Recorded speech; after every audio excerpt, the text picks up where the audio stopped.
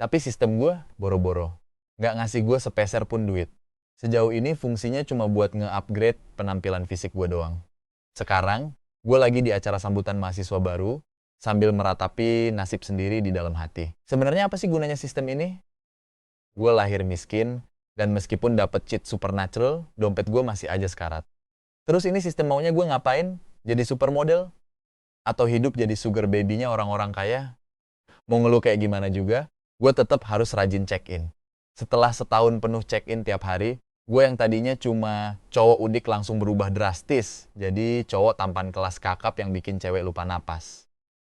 Malam itu, gue sama teman-teman sekamar nyusup ke acara sambutan maba cuma demi ngelihat Lily dari deket. Dia itu primadona kampus yang super cantik sekaligus MC malam itu. Pas kita baru aja duduk, tiba-tiba muncul layar holografik yang cuma bisa dilihat sama gue. Ting, tuan rumah mendapatkan kesempatan check-in acak. Tanpa ragu, gue langsung pencet tombol check-in. Check-in berhasil. Hadiah, 1 unit Aston Martin yang sekarang lagi parkir di area dekat sini. Begitu ngelihat ini, mata gue langsung berbinar-binar kayak lampu sorot mobil. Gila, akhirnya. Setelah nunggu sekian lama, dapat juga barang bagus. Senyum seringai kegirangan langsung merekah di muka gue. Sambil ngecek info dari sistem, gue langsung berdiri, siap-siap lari ke tempat parkir. Brad, ketua asrama kita, langsung narik baju gue sambil natap gue kayak orang gila. Bro, mau kemana lo? Lily bentar lagi naik ke panggung. Kita udah nungguin momen ini dari tadi. Kalau lo pergi sekarang, lo ngerusak suasana banget. Tapi otak gue cuma kepikiran soal supercar baru gue. Primadona kampus, siapa peduli sama primadona pas ada mesin V12 yang lagi nungguin gue. Gue menepis tangannya dan langsung jalan keluar. Gue baru inget ada urusan darurat hidup dan mati. Cabut dulu ya! Sambil ngelihatin, gue pergi terburu-buru, Timmy, anak paling bontot di asrama, bergumam. Urusan apa sih yang lebih penting daripada ngelihatin cewek cakep? Beberapa menit kemudian, gue sampai di tempat parkir luar kampus. Dari kejauhan, gue bisa ngelihat mobil Aston Martin warna putih mulus. Bodi mobilnya berkilau di bawah lampu jalanan, seolah-olah lagi berdiri di atas karpet merahnya sendiri, otomatis bikin semua orang yang lewat natap iri dan dengki. Gue pun refleks bersiul. Gila, Aston Martin coy! Cuma ngelihat mobil ini doang udah naikin tingkat kekerenan gue sebanyak 1000%. Dengan girang, gue mencet tombol buka kunci di remote kunci mobilnya. Mobil itu mengeluarkan bunyi klik yang merdu, lampu depannya berkedip cepat kayak monster yang lagi tidur, lalu tiba-tiba buka matanya yang menyala, siap menerkam. Gue langsung buka pintu dan masuk ke kursi kemudi. Joknya menopang tubuh gue dengan pas banget. Nyamannya bener-bener gak masuk akal. Pas gue melirik ke bagian interiornya, desainnya dipenuhi aksen serat karbon abu-abu gelap. Minimalis, tapi kayak teriak. Harga gue lebih mahal daripada nyawa lo. Gue langsung nyalain mesinnya, udah gatel banget pengen tancap gas ke jalan raya buat ngerasain tenaga liarnya. Tapi pas gue baru aja masuk ke jalan raya, lampu lalu lintas langsung merah. Sebagai warga negara yang baik dan taat hukum, gue pun berhenti. Di saat itulah gue ngelihat ada mobil Porsche Grace yang parkir nggak jauh dari situ. Cewek yang lagi nyetir langsung menarik perhatian gue. Rambut panjangnya diikat kuncir kuda longgar, memperlihatkan wajah ovalnya yang mungil. Kecantikannya bener-bener murni dan imut banget. Sorot matanya kayak rusa yang kaget di balik kabut, tipis pagi hari memancarkan aura cewek polos tetangga sebelah yang langsung memicu naluri pelindung siapapun yang melihatnya. Sementara itu, cewek yang lebih tua di kursi penumpang lagi cemberut sambil ngedumel. Chloe, lo harus hati-hati. Cek kaca spion. Perhatiin sekitar lo. Dia bahkan ngetuk kaca mobil buat negasin omongannya. Chloe, si pengemudi, langsung menoleh. Tampangnya sih kelihatan nurut, tapi ekspresi mukanya kayak lagi teriak di dalam hati. Kakak gua bawel banget sih. Dengan gugup dia megang setir mobil erat-erat, matanya lurus, menatap ke depan.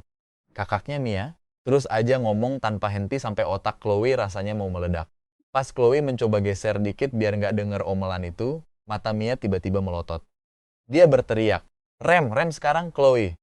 Chloe langsung injek rem sekuat tenaga, tapi udah telat. Mobil Porsche itu hilang kendali dan brak. Langsung nyundul pantat mobil gua. Padahal gue lagi santai banget dengerin musik sambil menikmati mobil baru gue. Pas tiba-tiba mobilnya terguncang hebat sampai badan gue terlempar ke depan. Gue langsung ngeliat ke kaca spion tengah. Bercanda ya? Baru juga hari pertama, mobil gue udah ditabrak dari belakang aja. Di mobil belakang, Mia dengan cepat pulih dari rasa syoknya. Setelah mastiin adeknya nggak terluka, dia udah siap-siap mau ngomel panjang lebar, tingkat dewa. Beda cerita sama Chloe yang dengan panik, langsung nyumpal mulut Mia. Makin dipikirin, Chloe makin frustrasi. Akhirnya dia mencubit kakaknya dengan gemas biar berhenti ngomong. Mia pun akhirnya menyerah. Chloe ngelihat ke arah lekukan bodi supercar gua. Sadar kalau ini sepenuhnya salah dia menarik napas dalam-dalam dan keluar dari mobilnya. Dia berusaha kelihatan berani, tapi mukanya ketakutan banget. Gua pun jalan nyamperin dia. Dia langsung nundukin kepalanya sambil minta maaf dengan tulus banget. Maaf banget. Gue emang payah banget kalau nyetir. Gue udah bikin lo susah banget. Tepat di saat itu, sistemnya mendadak muncul. Ting, kesempatan check-in acak dipicu. Gue langsung pencet detik itu juga. Check-in berhasil. Menerima bundel hadiah acak tingkat dewa 5 kali lipat. Hadiahnya meliputi villa nomor 1 di Imperial Gardens, 1 unit Bugatti Veyron, skill target kecil 10 hari, skill parasit ulung, dan skill cashback tingkat dewa. Catatan tentang skill cashback. Jika ada cewek cantik dengan nilai di atas 95 membelanjakan uang buat lo bakal nerima cashback dengan kelipatan acak. Ngeliat gue melamun, Chloe ngira gue lagi emosi tingkat dewa. Dia langsung panik dan terbata-bata. Ini semua salah gue. Gue bakal tanggung jawab sepenuhnya. Mia keluar dari mobil dan nyaranin buat nyelesain ini lewat asuransi. Chloe nyamperin gue buat ngomongin hal itu dan gue cuma ngangguk setuju. Dia langsung telepon pihak asuransi dan kita nunggu di trotoar. Karena ngerasa bersalah banget. Chloe lari ke minimarket terdekat dan beliin gue sebotol air mineral. Pas gue nerima botol itu, sistemnya langsung berbunyi. Ting, cewek cantik kelas kakap telah membelanjakan $2 buat lo, memicu kelipatan 1 juta kali lipat. Cashback, $2 juta telah ditransfer ke rekening lo. Suasana hati gue langsung berubah drastis. Yang tadinya mendung, suram langsung jadi cerah ceria. Gue membuka botol itu dan meminumnya pelan-pelan dengan nikmat. Ngelihat gue mulai santai, Chloe akhirnya bisa bernapas lega. Baru pas momen itulah dia bener-bener merhatiin muka gue dan sadar, wah dia ganteng banget. Tugas asuransi pun dateng, dan begitu ngelihat pantat mobil Aston Martin yang penyok parah, mukanya langsung pucat pasi kayak mayat. Dia langsung nyaranin buat manggil penilai independen. Kita setuju, dan mobil derek pun mengangkut mobil malang gue yang umurnya super pendek itu pergi. Chloe minta maaf ke gue buat terakhir kalinya, terus minta kontak gue biar bisa ngobrolin soal biaya ganti rugi nanti. Abis saling add di aplikasi chat, dua bersaudara itu langsung cabut. Pas momen itu, HP gue bergetar dapat notifikasi bank. Begitu gue lihat, buset, saldo gue langsung melonjak drastis dari yang tadinya cuma $100 recehan. Sekarang jadi $2 juta.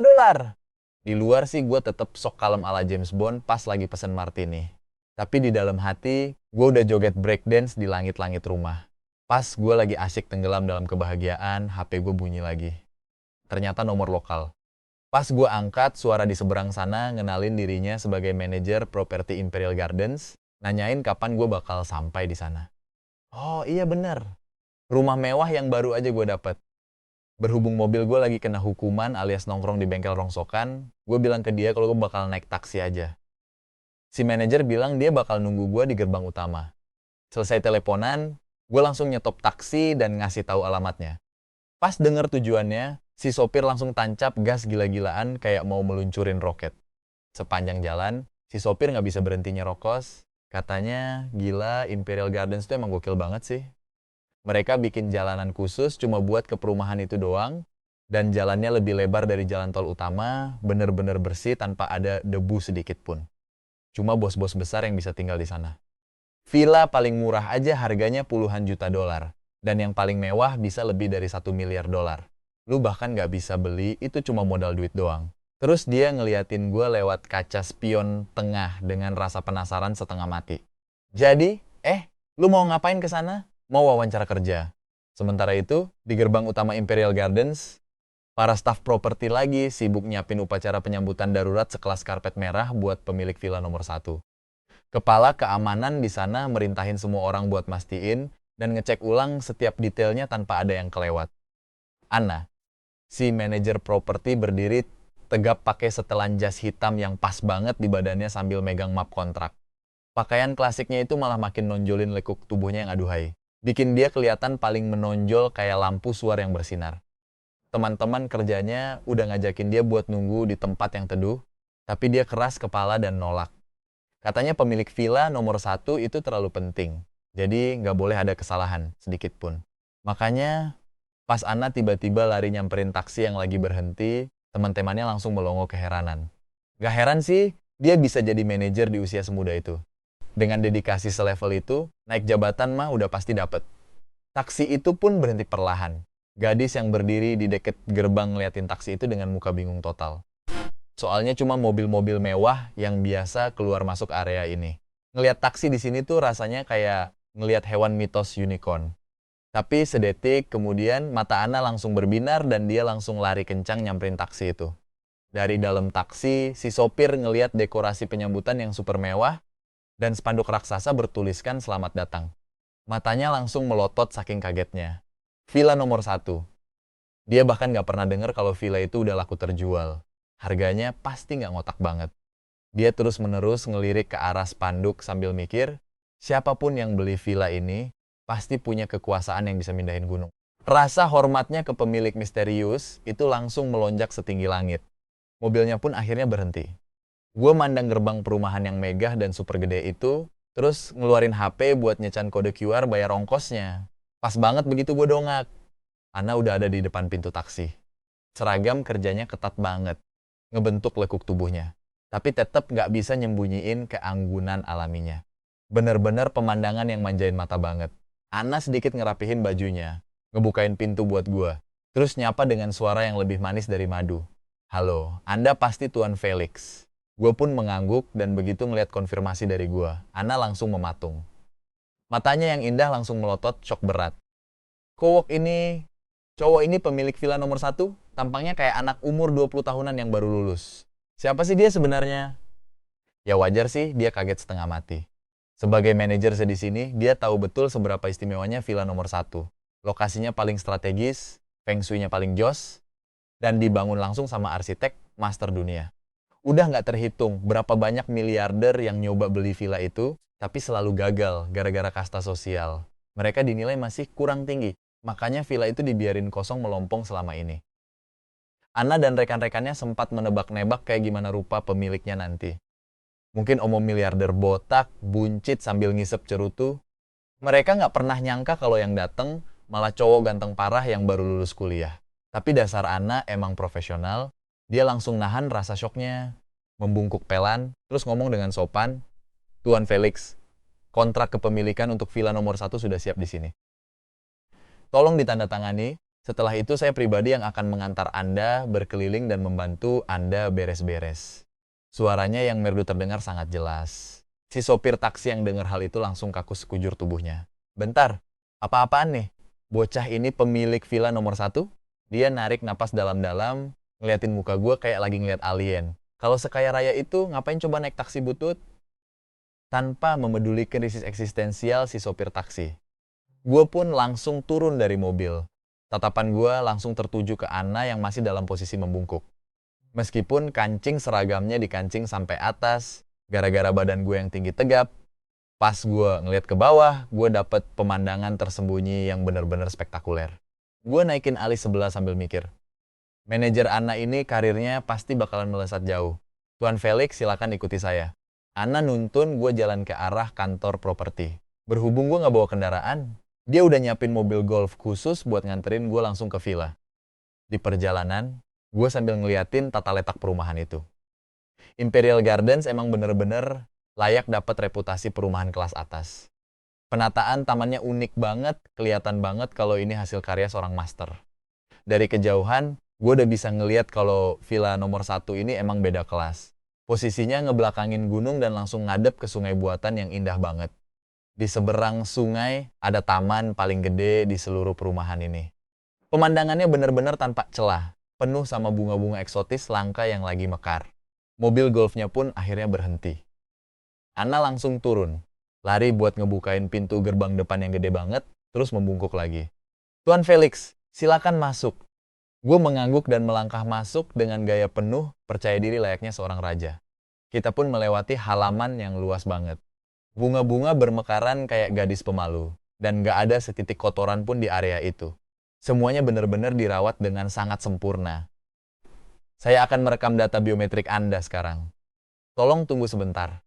Anna kerja dengan sangat gesit, dan gak butuh waktu lama sidik, jari gue pun udah terdaftar. Begitu gue nempelin jari ke pemindai. Aula utamanya benar-benar terang benderang dengan pemanfaatan cahaya alami yang sangat pas. Bikin suasana terasa sangat santai dan nyaman. Dekorasi interiornya didesain mirip istana Eropa yang super duper mewah, bahkan sampai ke ornamen-ornamen terkecil sekalipun. Ana jalan di belakang gue sambil sesekali ngejelasin fitur-fitur yang ada di dalam rumah. Gue ngedengerin penjelasan dia sambil menikmati vibes kemewahan luar biasa dari tempat ini. Gila, ini mah bener-bener villa nomor 1 sesungguhnya. Tuan Felix, saya juga ditunjuk sebagai manajer eksklusif untuk villa Anda, kata Ana dengan penuh hormat. Saya yang akan mengurus kebersihan dan semua keperluan lainnya di sini. Kalau Anda butuh bantuan apapun, langsung beritahu saya dan saya akan segera menyelesaikannya. Gue mengangguk. Boleh juga. Pas banget setelah itu, HP gue bunyi. Gue ngecek ID peneleponnya terus langsung gue angkat. Abis dengerin omongan si kurir pengantar barang, gue bilang, nanti gue kirim alamatnya. Taruh aja barangnya di sini. Terus gue ngasih tahu alamat Imperial Gardens ke dia. Ana nungguin gue nutup telepon dulu sebelum dia bilang, Tuan Felix, kalau udah nggak ada keperluan lain sekarang, saya bakal balik ke kantor dulu buat selesain registrasi, Anda sekalian ngambil beberapa perlengkapan. Silakan istirahat ya. Begitu gue ngangguk setuju, dia langsung nunduk sopan terus pergi. Gue pun lanjut keliling ngepoin setiap sudut mansion baru gue ini. Sampai akhirnya gue ke kamar tidur utama buat mandi bentar. Nggak lama setelah itu, pintu villa kebuka lagi. Ana masuk sambil bawa setumpuk dokumen yang butuh tanda tangan basah gue. Karena nggak ngelihat gue. Dia berdiri di aula lantai 1 sambil ngerapihin berkas-berkasnya. Pas banget waktu itu gue baru turun tangga abis mandi, rasanya seret banget pengen nyari air minum. Dengar ada langkah kaki, Ana langsung dongak, dan mata kita langsung ketemu. Masalahnya, gue cuma pakai handuk yang dililit asal-asalan di pinggang gue. Bagian atas tubuh gue bener-bener polos, otomatis pamer otot dada sama perut gue yang gokil abis. Ana langsung melongo ngelihat perut kotak-kotak gue ngeblank di tempat, sebelum akhirnya mukanya langsung merah merona kayak tomat mateng. Badannya gila banget sih batinnya. Gak cuma otot perut, kotak-kotak yang sempurna sampai ke otot sampingnya. Tapi bener-bener gak ada lemak gelambir sedikit pun. Pas inget gimana penampilannya pas lagi pakai baju. Tipe cowok yang kelihatan ramping pas pakai jas, tapi ternyata kekar mampus pas telanjang. Dia nggak tahan buat nggak curi-curi pandang sedetik lagi sebelum akhirnya panik sendiri. Felix, cicitnya kaget. Ngelihat dia ada di situ, gue juga rada kaget sih. Nggak nyangka dia bakal balik secepat ini. Wah sorry ya, kata gue santai sambil langsung balik badan menuju kamar. Abis ganti baju yang bener, gue turun lagi. Ana masih berdiri di ruang tamu sambil nunduk, pura-pura fokus ngeliatin kertas-kertasnya. Tapi sebenarnya otaknya lagi muter ulang adegan tadi berkali-kali. Baru ngebayangin bentuk badan gue yang sesempurna itu aja udah bikin mukanya makin panas membara. Dia sampai refleks ngibas-ngibasin tangannya biar adem. Pas lagi salting parah, tiba-tiba HP-nya bunyi. Telepon dari kantor pusat. Halo, ada apa ya? Jawabnya buru-buru. Abis dengerin penjelasan di telepon, dia bilang, tunggu bentar ya, saya tanyain ke Tuan Felix dulu. Tanpa nutup teleponnya, dia langsung noleh ke gua. Tuan Felix, ada truk kontainer gede di gerbang utama, katanya mau antar barang buat Anda. Boleh? Disuruh masuk nggak? Denger itu. Gue langsung senyum tipis terus ngangguk. Yoi, suruh masuk aja. Ana gercep ngasih izin ngeliat jam tangannya, terus jalan ke depan villa buat nungguin. Nggak lama, truk kontainer raksasa itu pun datang sambil ngeluarin suara mesin yang menderu keras. Sopirnya langsung turun terus nyamperin gue. Halo, Anda pasti Tuan Felix ya? Tanyanya. Gue ngangguk. Dia ngasihin beberapa dokumen terus langsung teriak-teriak ngarahin anak buahnya buat nurunin muatan. Awas kiri dikit pelan-pelan ya. Mereka perlahan nurunin 2 box raksasa yang ditutupin terpal. Ana jalan nyamperin, gue sambil nunjuk ke arah peti kayu raksasa itu dengan muka bingung total. Tuan Felix, sebenarnya Anda pesan apaan sih? Sebelum gue sempet jawab, para pekerja udah ngebongkar peti itu, nunjukin 2 barang gede yang dibungkus kain premium. Lihat bentuk lekukannya, mata Ana langsung melotot lebar. Ini kan mobil mewah. Gue cuma berdiri sambil lipat dada, tahu persis barang apa ini. 2 supercar hasil hadiah check-in gue. Biarpun masih ketutup kain, siluetnya yang gahar dan tajam bener-bener bikin merinding. Gue senyum tipis, langsung jalan mendekat, Megang ujung penutup pertama, terus gue tarik kencang. Lamborghini Veneno perak pun langsung terpampang nyata di depan mata. Bodi abu-abu peraknya kelihatan mahal banget, berkilau mewah pas kena sinar matahari. Kayak hantu perak yang punya daya pikat luar biasa. Seketika mobil itu langsung jadi pusat perhatian semua orang. Gue pencet tombol remote-nya, dan pintu guntingnya perlahan kebuka ke atas dengan gaya yang angkuh tapi elegan mampus. Ngelihat monster ini, gue ngangguk puas. Terus gue jalan ke penutup kedua dan langsung gue tarik. Supercar merah membara tanpa bingkai jendela yang kinclong abis pun kelihatan. Mobil itu diam aja tapi auranya bener-bener mendominasi. Bahkan kelihatan jauh lebih keren daripada properti film blockbuster Hollywood. Kayak supermodel yang seksi abis. Lu nggak bakal bisa palingin pandangan dari mobil ini. Biarpun parkir di sebelah Veneno, karismanya nggak kebanting sama sekali.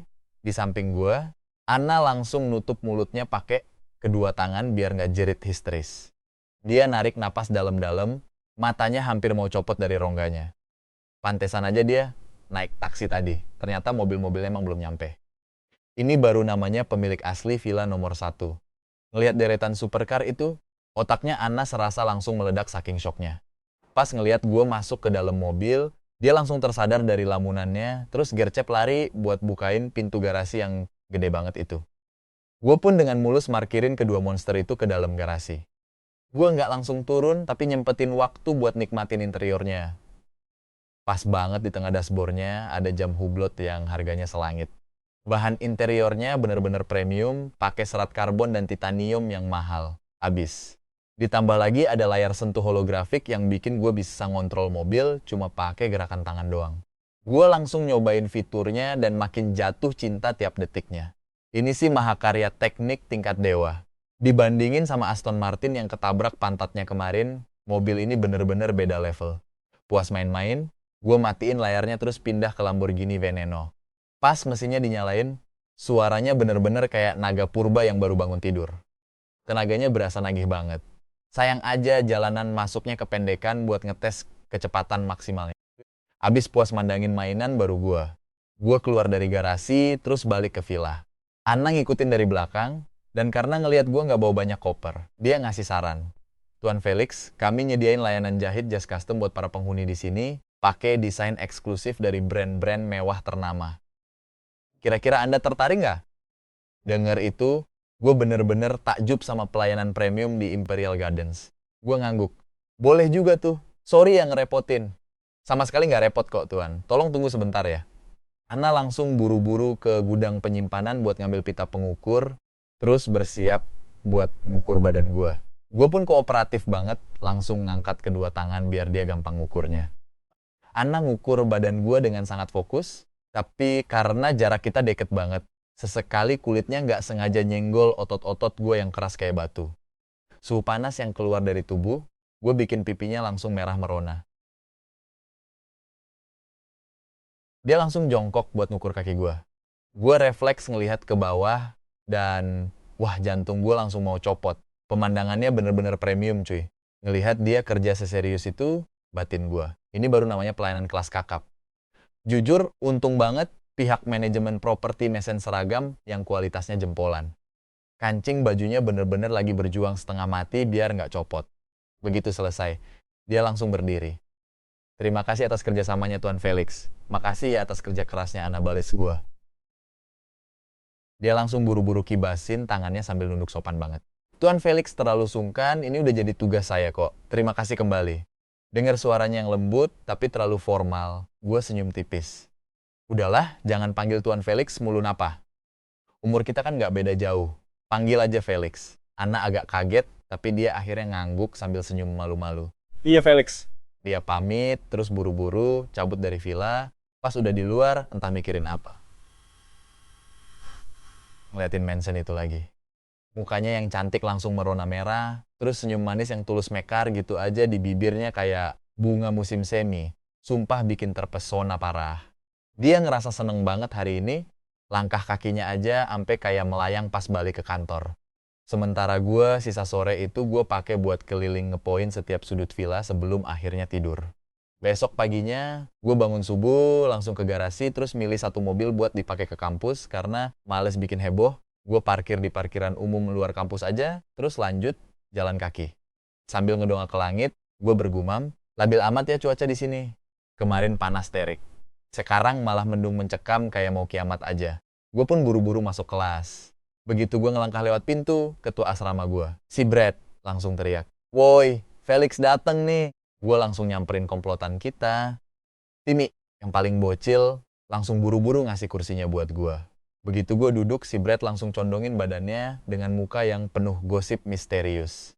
"Bro, lo ngelewatin hal gede banget kemarin asli. Lily di bawah lampu panggung bener-bener kayak bidadari yang baru turun dari surga. Jantung gue ampe copot rasanya." Begitu nama Lily kesebut, anak-anak asrama yang lain langsung ikutan heboh. Mereka mulai nyerokos nggak ada habisnya. Muji-muji dia setinggi langit dengan muka-muka bucin yang masih kesengsem parah. Brad akhirnya sadar dari mode fanboy-nya, terus ngeliatin gue curiga. "Emangnya kemarin lo kemana sih? Lo nyuekin Dewi kampus gitu aja, terus gak balik ke asrama semalaman. Galau banget tau nggak? Gue cuma ngangguk santai terus ngelempar bom ucapan. Gue mau cabut dari asrama, semuanya langsung auto kaku. Mata mereka langsung melotot lebar kayak piring terbang. "Pindah, lo mau kemana?" Teriak mereka barengan. Timmy ngukur-ngukur kepalanya terus teriak, "Felix, apa gara-gara omongan kita kemarin?" "Kita cuma bercanda doang kok, gak serius." Brad nyoba nenangin suasana. "Iya bro, lo kan lurus banget. Gak mungkin lah lo belok." Gue ngeliatin mereka dengan tatapan datar, tapi ada senyum tipis yang agak licik di bibir gue. "Tenang aja, tempat baru gue ini bakal seru banget kok." Abis lanjut, bacot dikit lagi, topik obrolan ujung-ujungnya balik lagi ke Lily. Pas gue lagi pura-pura merhatiin dosen nerangin, sekelebat cahaya muncul di pandangan gue. Terus suara sistem langsung menggema di kepala gue. "Ting, selamat. Hadiah hari kedua dari target kecil 10 hari. Skill baru udah masuk. Silakan cek status Anda." Gue langsung buka tampilan sistem di dalam pikiran. Nama Felix. Umur 21 tahun. Tinggi badan 183 cm. Visual 95. Aura 96. Pas lihat saldo rekening gue yang udah nambah, sudut bibir gue langsung ketarik membentuk senyum tipis. Skill target kecil ini bener-bener gokil abis. Jam kuliah pun cepet banget berlalunya. Dosen ngasih tugas terus langsung cabut. Anak-anak kelas langsung buru-buru, beresin barang mereka terus lari keluar gedung kayak tawon yang kabur dari sarang yang kebakar. Pas sampai di pintu keluar, cowok yang di barisan paling depan langsung ngeluh kesel. "Sumpah, yang bener aja nih. Lihat tuh hujannya." Gue sama anak-anak asrama jalan keluar dan ngeliat hujan deras parah yang gak ada ampun. Brad langsung cek HP-nya dan mukanya seketika jadi pucet. Ramalan cuaca bilang hujannya bakal makin parah. Timmy langsung nekat naruh buku paket di atas kepalanya, nunggu kecelah buat langsung nerobos hujan. Yang lain pada saling tatap dengan putus asa, mikirin strategi buat balik. Ada satu cowok di sebelah kita nyoba metode tameng buku terus langsung lari, tapi dalam hitungan detik, bajunya udah basah kuyup. Sambil menggigil, dia sadar percuma kalau balik lagi. Jadinya dia langsung ngibrit ke arah asrama, nerobos genangan air hujan. Kebanyakan mahasiswa kejebak di lobi cuma bisa bengong ngeliatin hujan dengan muka pasrah total. Sementara di sisi lain gedung, Chloe baru aja kelar kelas. Sambil dekap bukunya, dia melangkah keluar terus ngehela napas lihat hujan deras itu. "Coba aja kemarin mobil, gue nggak nabrak, pasti sekarang gue udah bisa santai nyetir balik ke rumah." Pas denger orang-orang di sekitarnya ngeluh, dia mikir tapa enaknya kalau ada mobil yang bisa ditumpangin. Sayangnya mobil dia lagi masuk bengkel. Untungnya, dia tipe orang yang teliti dan selalu ngecek aplikasi cuaca. Jadi dia udah nyiapin payung di tasnya. Dia nepuk-nepuk tasnya, ngerasa lega banget. Pas lagi melamun, dia ngedarin pandangan ke arah kerumunan dan tiba-tiba ngeliat gue yang tinggi, gantengnya kelewatan, dan kelihatan mencolok banget di antara yang lain. Chloe langsung bengong kaku, mulutnya agak mangap saking kagetnya. "Bukannya itu cowok yang gue tabrak kemarin ya? Ternyata kita satu kampus toh." Pas lihat gue, dia mendadak ngerasa malu banget dan pengen buru-buru buka payungnya terus kabur. Tapi pas lihat gue kejebak tanpa payung, rasa bersalahnya langsung muncul lagi. Dia nggak bawa mobil gara-gara gue, terus sekarang dia juga nggak bawa payung lagi. Chloe gigit bibir bawahnya, bimbang banget. Terus, kayak lagi ngambil keputusan hidup dan mati. Dia megang payungnya erat-erat dan mulai jalan nyamperin gue. Tiba-tiba aja, kerumunan orang di sekitar gue mulai kasak kusuk. Cowok-cowok yang tadinya mau nekat lari nerobos hujan langsung kaku di tempat. terhipnotis sama sosok yang lagi jalan mendekat. Chloe lagi jalan nembus kerumunan. Dia pakai gaun rendah warna putih. Rambut hitam panjangnya terurai indah di pundaknya. Dengan riasan tipis di wajah ovalnya, kecantikannya benar-benar memancarkan aura bintang. Biarpun cuacanya lagi mendung kelam begini, dia tetap kelihatan paling berkilau di sana. Rendah putih itu bikin dia kelihatan polos dan anggun banget, auranya bahkan lebih kuat dibanding kemarin. Semua mata langsung tertuju ke dia tanpa kedip. Terdengar desahan kagum massal dari kerumunan itu. Cowok-cowok mulai berbisik-bisik heboh. Pas dia makin deket, kerumunan orang auto kebelah ngasih jalan buat dia kayak laut merah yang terbelah. Brad sama anak-anak yang lain juga ngeliat dia. Pas lihat muka mulusnya tanpa cela, mereka nggak bisa nahan diri buat nggak melotot tanpa kedip. Brad, yang hebohnya udah nggak ketulungan, langsung nyenggol sikut gua. Felix, lihat deh, itu Chloe. Kemarin lo udah kelewatan Lily. Hari ini jangan sampai lo kelewatan ngeliat Chloe. Chloe tuh cantik banget, makanya dia sering dibanding-bandingin sama Lily. Brad langsung geser ke samping, ngebuka jalan buat dia lewat. Dia, kayak orang-orang lainnya, ngira kalau Chloe bakal langsung buka payung, terus pergi gitu aja. Ninggalin mereka semua dalam keadaan ngenes, karena cinta bertepuk sebelah tangan. Tapi malah sebaliknya, Chloe mandek tepat di depan gua. Dia ngasih senyuman manis yang bikin jantungan Felix. Hujannya deras banget nih. Mau payungan bareng gua nggak? Kata-kata itu langsung bikin satu lobi seketika kaku.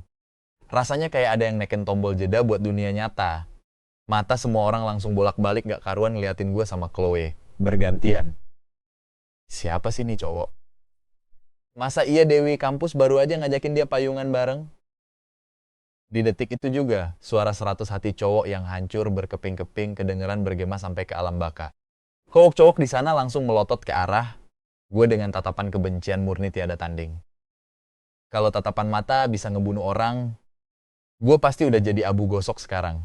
Parahnya lagi, Chloe ngeliatin gue dengan muka malu-malu kucing sambil merona merah, matanya berbinar-binar kayak cewek yang lagi jatuh cinta pandangan pertama. Hal itu seketika memicu naluri, pelindung semua orang, bikin kerusakan emosional buat kerumunan itu jadi 100 kali lipat lebih parah. Brad sama teman-teman asrama, gue langsung mangap lebar banget sampai mau copot rahangnya. Mereka ngucek-ngucek mata karena nggak percaya sama yang mereka lihat. Sumpah demi apa, sejak kapan si Felix kenal sama Chloe? Terus diajakin payungan bareng lagi? Apa diem-diem dia pacaran sama Dewi kampus? Pas otak mereka semua lagi konslet, gue diem bentar, terus langsung ngangguk santai. Yoi, gue ambil payung dari dia. Terus kita langsung cabut nerobos hujan bareng. Tanpa nengok ke belakang, gue cuma ngasih lambai tipis-tipis nan malas ke bocah-bocah sekamar gue. Lambaian santai itu bener-bener jadi sumbu yang nyulut bom waktu. Anak-anak langsung pada ngamuk parah. Brengsek sombong banget tuh anak. Udah ngembat Dewi kita masih belum cukup apa. Malah sengaja ngeledek kita lagi. Teman-teman sekamar gue langsung tersadar dari shocknya dan mulai maki-maki juga. Felix, dasar pengkhianat lu. Lu pacaran sama Chloe, tapi malah backstreet dari kita. Pantesan kemarin dia sok nggak peduli pas ngeliat Lily. Ternyata udah punya Dewi yang digandeng. Kalau lu nggak cerita ke anak-anak, kalau udah punya cewek, fix lu bukan circle kita lagi. Timmy tiba-tiba berhenti maki-maki terus ngelihatin anak-anak. Bentar. Kemarin si Felix kan nggak balik ke asrama. Apa jangan-jangan dia nginep bareng Chloe di luar kampus? Ruangan langsung hening seketika. Mereka langsung inget omongan gue yang bilang mau pindah dari asrama. Demi apa? Ini beneran nyata cuy! Begitu sadar, Dewi pujaan mereka udah ditilep tepat di depan hidung sendiri. Tangisan dan ratapan massal mereka langsung pecah kayak kiamat kecil. Sementara itu, gue sama Chloe lagi jalan santai di bawah satu payung yang sama. Badan tinggi tegap gue ngehalangin hembusan angin biar nggak kena dia. Karena jarak kita sedekat ini, vibes-nya langsung berubah jadi anget banget.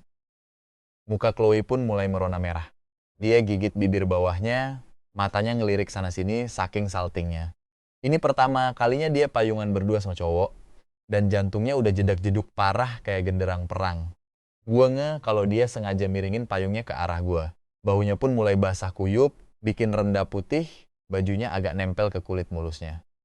Gak pakai mikir, gue langsung ngerangkul bahunya dan narik dia lebih mepet. Gerakan refleks gue itu bikin Chloe kaget. Sampai dia oleng dan langsung bersandar di dada gue. Dia bisa ngerasain bidang dada gue yang berotot keras di balik kaos. Mukanya langsung kerasa panas kayak kebakar. Dari kejauhan, gerombolan cowok patah hati ngelihat pemandangan itu. Amarah mereka langsung naik pitam sampai ke ubun-ubun. Sengaja banget tuh bocah. Kalau mau bucin, mending di kamar aja sana. Jangan nyiksa kita para jomblo ngenes gini dong. Bahkan si Chloe nggak nolak sama sekali. Ini mah fix deklarasi cinta di depan umum. Gak kuat gue, hati gue rasanya ambyar. Meskipun jarak kita lumayan jauh. Teriakan frustrasi. Mereka masih kedengeran sampai ke kuping kita. Chloe yang denger itu langsung panik dan berusaha lepas dari dekapan gue. Gue langsung nunduk dan berbisik lembut. Kalau aku rangkul kayak gini, bau kamu nggak bakal basah. Kalimat simple itu langsung bikin pertahanan doi runtuh seketika. Dia langsung nurut dan makin nempel ke gue dengan perasaan tersentuh. Dia nggak nyangka gue bisa sepeka dan seperhatian ini. Gue tetap ngerangkul, dia erat sambil terus nerobos hujan. Dengan jarak sedekat ini, wangi cewek yang manis dan lembut langsung kecium sama hidung gue. Wanginya bener-bener bikin candu, bikin jantung gue ikutan dak-dik-dak. Chloe terus nundukin kepalanya dengan muka yang kelihatan bersalah banget ya. Aku bener-bener minta maaf ya soal mobil kamu, gara-gara itu kamu jadi nggak bisa nyetir hari ini. Gimana kalau aku traktir makan siang? Kebetulan gue emang lagi lapar, jadi tanpa babi bu gue langsung mengiyakan. Tepat di saat itu, layar sistem tiba-tiba nongol. Ding! Peluang check-in acak telah terpicu. Check-in berhasil. Hadiah skill penglihatan tingkat dewa. Mata gue tiba-tiba kerasa anget dan pas gue berkedip, seluruh pandangan gue langsung berubah tajam, jadi resolusi Ultra HD 4K. Gila, ini mantap banget. Gue iseng ngelirik Chloe di sebelah gue, dan seketika layar holografik yang cuma bisa dilihat sama gue doang langsung muncul di depan mata. Nama, Chloe. Tinggi 165 cm, kemurnian 100%. Gue auto naikin sebelah alis. Ternyata nih skill asik juga. Fitur pelacak kemurnian ini bener-bener gokil. Chloe nggak ngeh sama perubahan ekspresi muka gue. Dia sempat bengong sedetik sebelum akhirnya ngadah ngelihatin gue. Kamu lagi pengen makan di tempat khusus gak? Gue menggelengkan kepala sambil melembutkan suara gue. Terserah kamu aja. Mendengar itu, ujung bibirnya langsung melengkung ngebentuk senyuman manis nan hangat. Oke, aku tahu tempat makan yang enak banget dekat kampus. Ayo aku antar. Dengan dipandu sama dia, kita akhirnya sampai di sebuah restoran populer pas jam makan siang yang lagi sibuk-sibuknya. Tempatnya ramai parah. Chloe dengan santai nerobos kerumunan orang, nemuin meja kosong buat kita berdua. Lalu kita pun duduk. Sambil ngebolak-balik buku menu, dia nanya dengan agak gugup.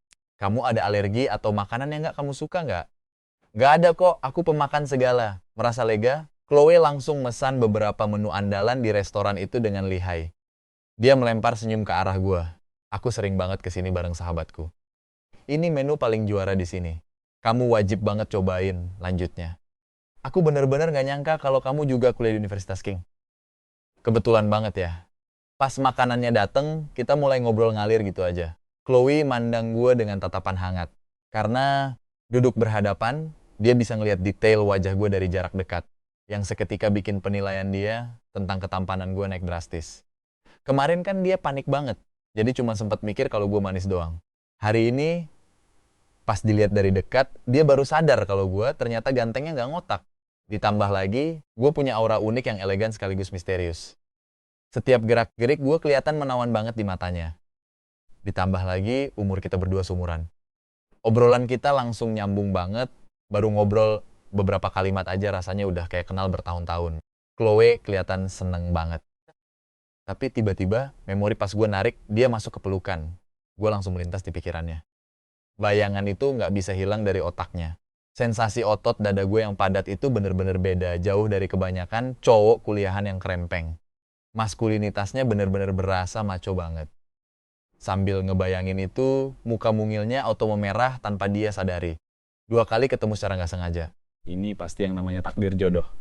Tapi begitu pikiran itu muncul, dia langsung buru-buru nepis pikirannya sendiri. Mikir apaan sih lu dasar cewek gila? Tapi sialnya, pikiran itu malah makin nempel erat di otaknya. Bikin mukanya makin merah merona. Gak lama kemudian, semua makanan udah tersaji di meja. Pas gue lagi buka wadah makanan gue ngeh kalau Chloe malah bengong dengan muka merah padam. Gue pun langsung ngelambain tangan di depan matanya. Halo. Bumi memanggil Chloe, dia langsung tersentak kaget sambil mengibaskan tangannya. Gak ada apa-apa kok, aku gak apa-apa. Buruan cobain makanannya, semoga kamu suka. Gue pun mulai mencicipinya. Rasa dan tampilannya bener-bener juara banget. Enak banget asli. Sambil nanti sore kamu mau kemana? Ada kelas kah? Gue cuma nunjuk asal ke suatu arah dan balik nanya hal yang sama ke dia. Aku ngekos di deket sini sih. Palingan habis ini langsung balik. Jawabnya. Tapi pas inget kalau mobil gue udah ringsek, rasa bersalahnya langsung balik lagi. Kamu mau aku anterin ke suatu tempat gak? Gue langsung mengibaskan tangan. Gak usah, santai aja. Bisa gue atur kok. Dia cuma membalas dengan anggukan pelan, lalu nunduk sambil sibuk mindahin, lauk ke piring gue dengan semangat. Cobain deh yang ini. Sesi makan siang kita berjalan lancar banget. Tiba-tiba gue naruh sumpit gue. Gue ke toilet bentar ya.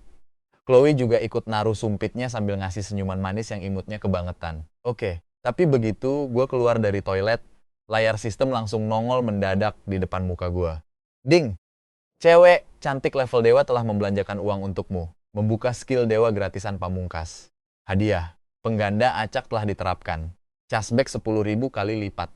20 juta dolar telah dikirim ke rekeningmu. Silakan periksa saldo Anda.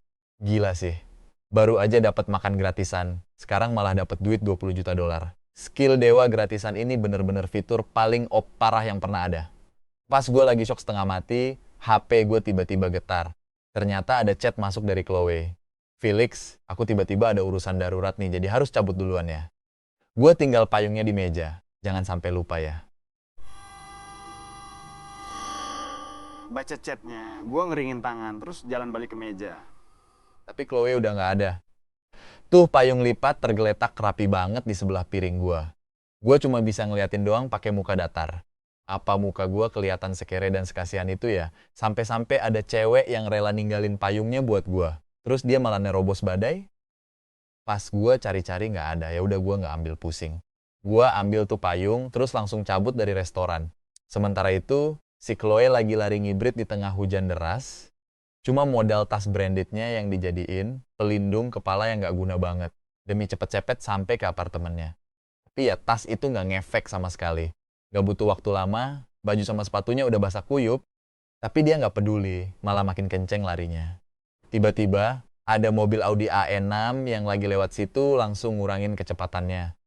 Cewek anggun yang lagi nyetir tadinya mau pindah jalur, tapi dia nggak sengaja ngelihat ada cewek lagi lari ngibrit. Dia kaget, langsung nyalain lampu sen. Terus nurunin kaca jendela penumpang. Chloe, cepetan naik! Pas dengar suara yang nggak asing di tengah bisingnya klakson, Chloe langsung nengok. Pas lihat muka anggun sahabatnya, si Bella. Dia rasanya mau nangis bahagia, terus langsung nyamperin. Pintunya kebuka dan dia langsung masuk ke dalam mobil yang anget itu sambil ngehela napas lega banget. Gila, AC-nya enak banget.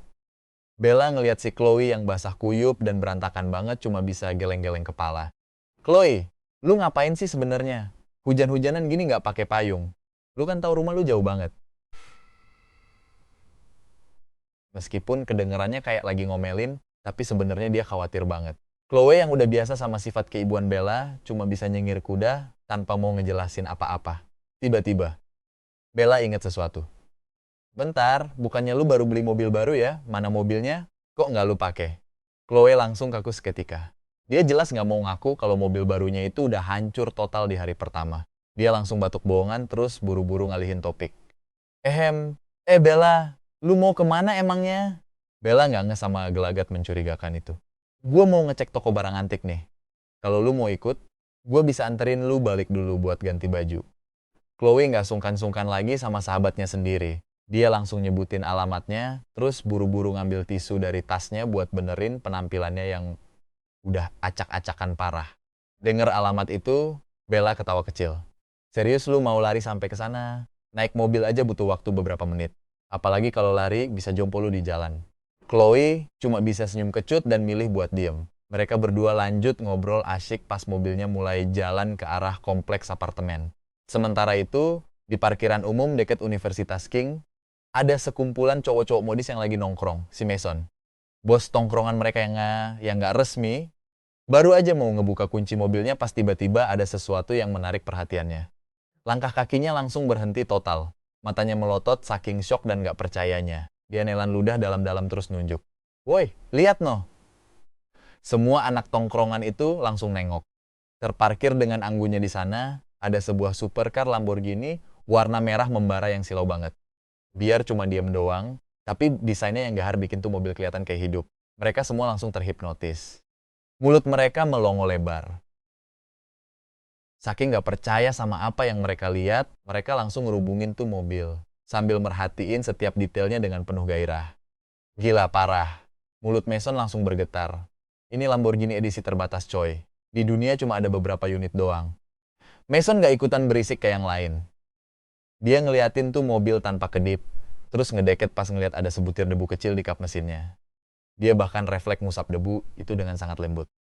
Bener-bener pencinta mobil garis keras. Di saat yang sama, gue jalan masuk ke parkiran sambil megang payungnya Chloe. Gue ngerutin dahi pas lihat ada kerumunan orang lagi ngerubungin mobil gue. Mereka lagi ngapain sih? Gue langsung ngambil remote kunci dari saku celana, terus neken tombol unlock. Seketika, lampu depan Lamborghini itu kedip 2 kali kayak monster yang lagi ngegoda. Silaunya parah banget. Kilatan lampu yang mendadak itu bikin semua orang di sana kaget setengah mati.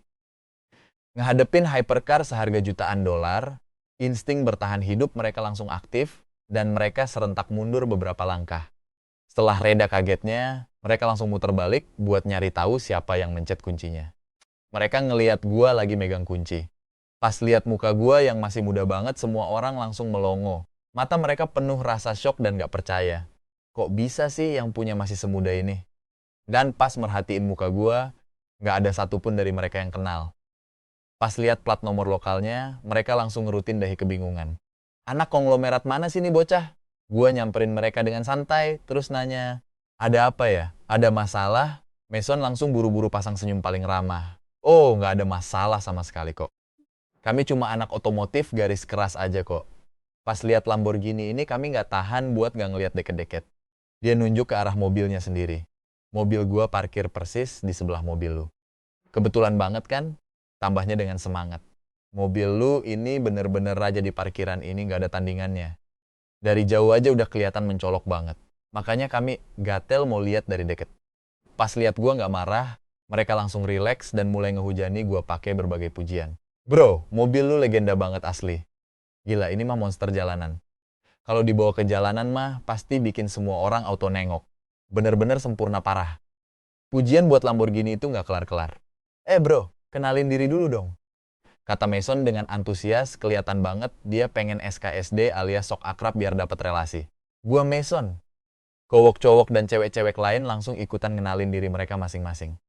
Gua ngeliat sikap ramah mereka, terus gua ngangguk sambil senyum. Salam kenal semuanya. Gua Felix. Mason ngeliatin gua terus ngasih ajakan yang hangat. Felix, lu siang ini ada acara nggak? Kalau nggak ada acara, mending ikut nongkrong di toko keluarga gua yuk. Yang lain langsung ikutan nimbrung. Iya Felix, ayo gabung bareng kita. Bakal seru kok. Ngeliat antusiasme mereka dan sadar kalau gue emang lagi nggak ada kerjaan hari ini, gue pun senyum. Boleh deh, skuy lah. Pas denger gue setuju, mereka langsung bersorak kegirangan dan buru-buru masuk ke mobil masing-masing.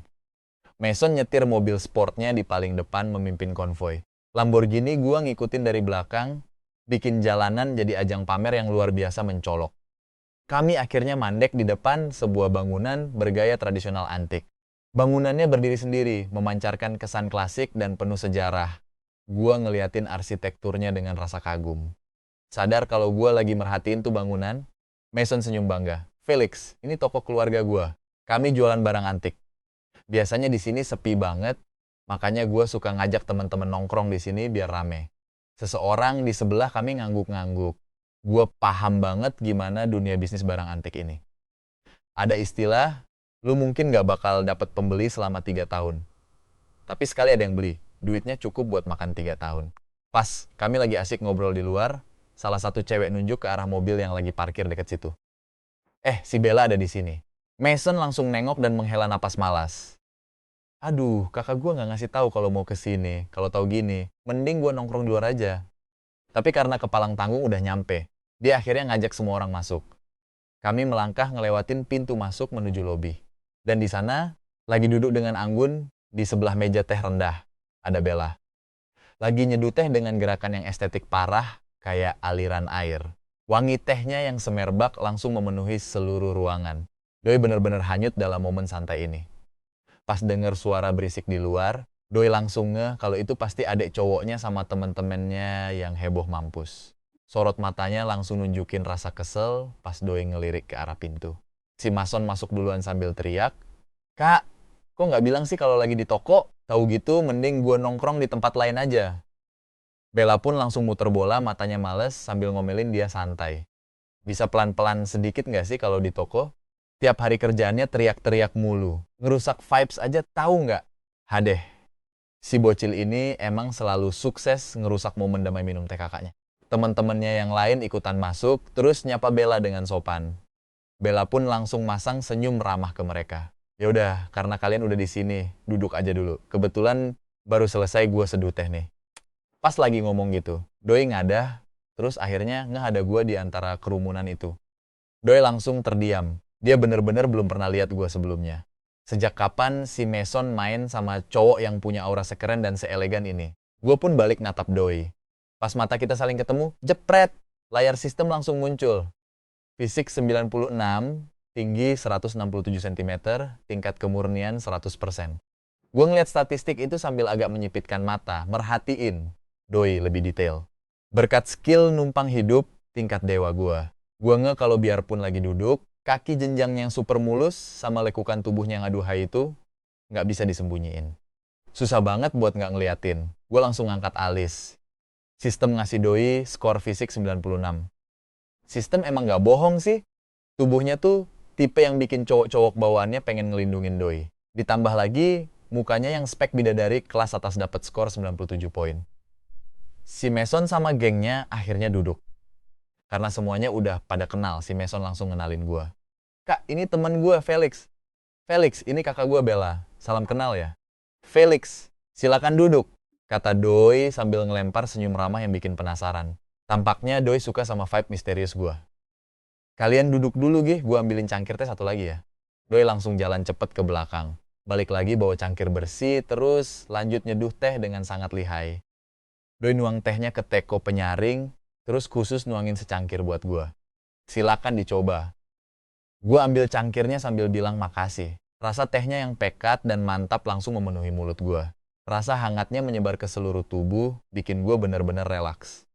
Gue cuma diem pas mereka lagi asyik ngobrol, malah milih buat ngeliat sekeliling toko. Rak-rak di situ dipenuhin sama banyak banget barang kuno yang ditata rapi dan kelihatan berkelas banget. Bener-bener manjain mata banget deh. Pandangan gue tiba-tiba tertuju ke sebuah piring porselen pastel. Dan tiba-tiba aja, layar sistem langsung berkedip. Informasi soal tahun pembuatan piring itu, nilai sejarahnya, sampai harga pasarnya langsung muncul jelas banget di kepala gue. Gue langsung diem. Lah, jadi penglihatan tingkat dewa gue ini bukan cuma buat ngintip statistik cewek doang. Ternyata ini juga bisa jadi alat penilai barang antik bawaan. Gila. Ini mah beneran cheat di dunia nyata namanya. Gue pun langsung senyum tipis. Karena mikir siapa tahu nanti ada fitur lain yang kebuka, gue langsung ngalihin pandangan dan lanjut nyeruput teh dengan santai. Habis ngobrol bentar, gue taruh cangkir, gue terus jalan ke arah rak buat merhatiin barang-barang antik itu dari deket. Melihat hal itu, Bella langsung condongin badannya ke arah Mason terus berbisik. "Gue belum pernah lihat temen lu yang ini. Kapan lu kenal dia?" Si Mason pun langsung ceplas-ceplos. "Dia kayak raya mampus, Kak. Doi nyetir Lamborghini Veneno edisi terbatas. Bahkan anak-anak orang kayak paling top aja cuma berani nyimpen mobil kayak gitu di garasi mereka. Tapi si Felix malah nyantai aja bawa muter-muter kota. Kelihatannya Doi asyik, makanya gue ajak. Mason terus ngasih peringatan ke kakaknya. Jangan lu samain Doi kayak turis biasa yang bisa lu peres ya. Dia tamu gue nih. Kalau sampai lu nipu dia, gue yang malu nanti." Bella langsung melotot ke adeknya.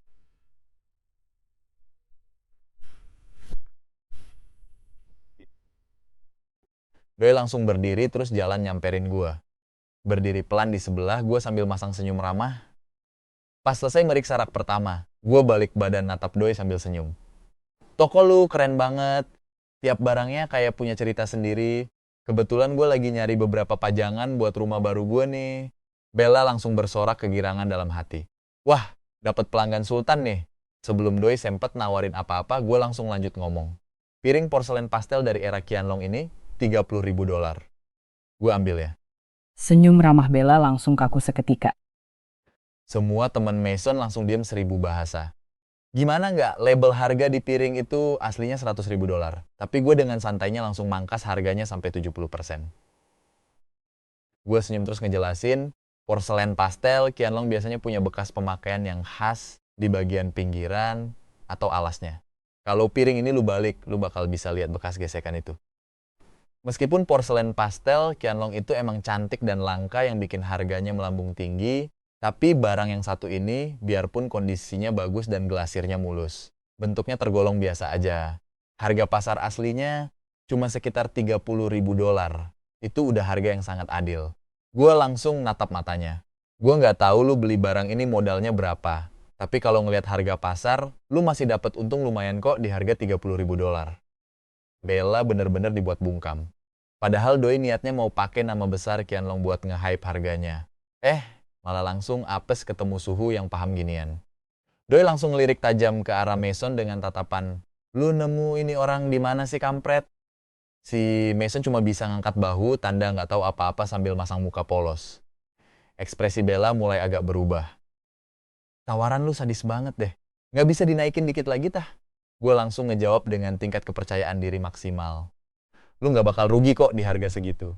Lagian, gue juga rencana mau borong banyak." Pas denger kata borong banyak, muka Bella langsung berubah cerah gembira. Doi ngasih kode mata ke adeknya yang seolah bilang, "Ya udah deh, gue maafin lu. Oke deh, $30.000 bungkus. Ada barang lain yang bikin lu tertarik?" Pandangan gue langsung menyapu ruangan dan mulai nunjuk-nunjuk. Yang itu, sama yang itu. Semua orang langsung melongo, apalagi teman-temannya Mason. Mata mereka sampai mau keluar. Gue dengan santainya nunjuk barang-barang yang harganya jutaan dolar. Salah satu cewek di situ ngintip label harganya, terus langsung megap-megap kaget. Bella tahu, betul barang-barang ini nggak murah. Doi mikir ini kesempatan emas buat nutupin keuntungan yang hilang dari piring tadi. Tapi sedetik kemudian, gue langsung ngejatuhin bom dengan muka lempeng tanpa dosa. Sebenarnya lewatin aja 3 barang itu. Gue mau borong semua barang lainnya yang ada di seluruh lantai 1. Mata semua orang bener-bener kayak mau copot dari tempatnya. Anak-anak orang kaya ini emang udah biasa lihat orang foya-foya. Tapi ada orang masuk ke toko antik kelas atas, terus langsung bilang, "Gue borong seisi lantai ini." Itu baru pertama kali mereka lihat seumur hidup. Mason natap gue dengan muka nggak percaya. Bella sempet cengok beberapa detik sebelum akhirnya senyum lebar banget menghiasi mukanya. Baru aja Doi mau ngomong, gue langsung motong kalimatnya. "Gue bakal ambil semuanya, tapi gue nggak mau bayar sesuai harga label ya. Gue bakal tentuin harganya satu persatu." Gue jalan bareng Bella sambil nunjuk barang-barang buat dinilai harganya. Doi ngekor di belakang gue sambil bawa pulpen sama kertas catatan. Lama-kelamaan, muka Doi mulai kelihatan suram dan sudut mulutnya mulai berkedut-kedut nahan emosi. Si Felix ini beneran iblis berkedok kolektor. Dia tahu setiap detail kecil dari masing-masing barang antik itu dan ngejelasin patokan harganya dengan sangat sempurna. Sampai-sampai Bella nggak berkutik buat ngebantah. Mereka geser ke lantai utama luar buat nyelesain penilaian harganya.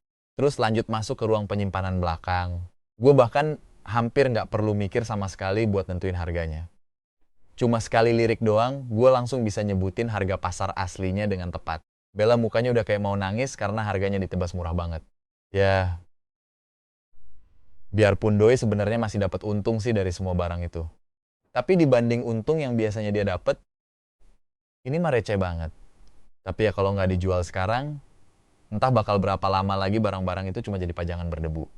Jelas ini borongan yang pasti laku, tapi rasanya kayak disuruh nelen beling. Dia ngerasa bener-bener dijajah sama harga yang gua tawarin. Si Mason sama temen-temennya langsung melongo ngelihat betapa sepuhnya pengetahuan gua. Semua omongan gua nggak ada yang meleset, masuk akal banget. Biar kata si Bella lagi depresi berat, rasa kagum mereka ke gua malah makin melejit nggak ada obat. Gua ngelirik ke sebuah vas gede, menyipitkan mata, terus langsung ngasih vonis. Kondisinya mulus abis, cocok banget buat pajangan tengah meja makan, $80.000. Gua sikat nih.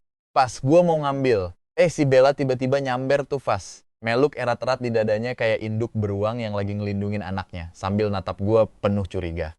"Gak ya? Ogah kalau cuma $80.000, yang ini nggak dijual." Dia dapetin vas ini dengan harga yang mepet banget sama yang baru gua tawar tadi. Berasa diserang secara personal. Coy, Vas ini jadi benteng pertahanan terakhir sekaligus sisa-sisa harga diri dia. Si Bella bener-bener ngerasa dizalimi dan ngamuk abis. Aturan gua nggak usah nawarin dia teh tadi. Aturan gua nggak usah diri di sebelah dia. Dan yang paling tolol, harusnya gua nggak ngebiarin dia yang nentuin harga barang gua. Ini mah penyiksaan. Dia melotot tajam ke arah Mason, matanya seolah teriak. Kenapa sih lu bawa monster ini ke sini buat nyiksa gua? Si Mason cuma bisa kedip-kedip polos nggak berdosa.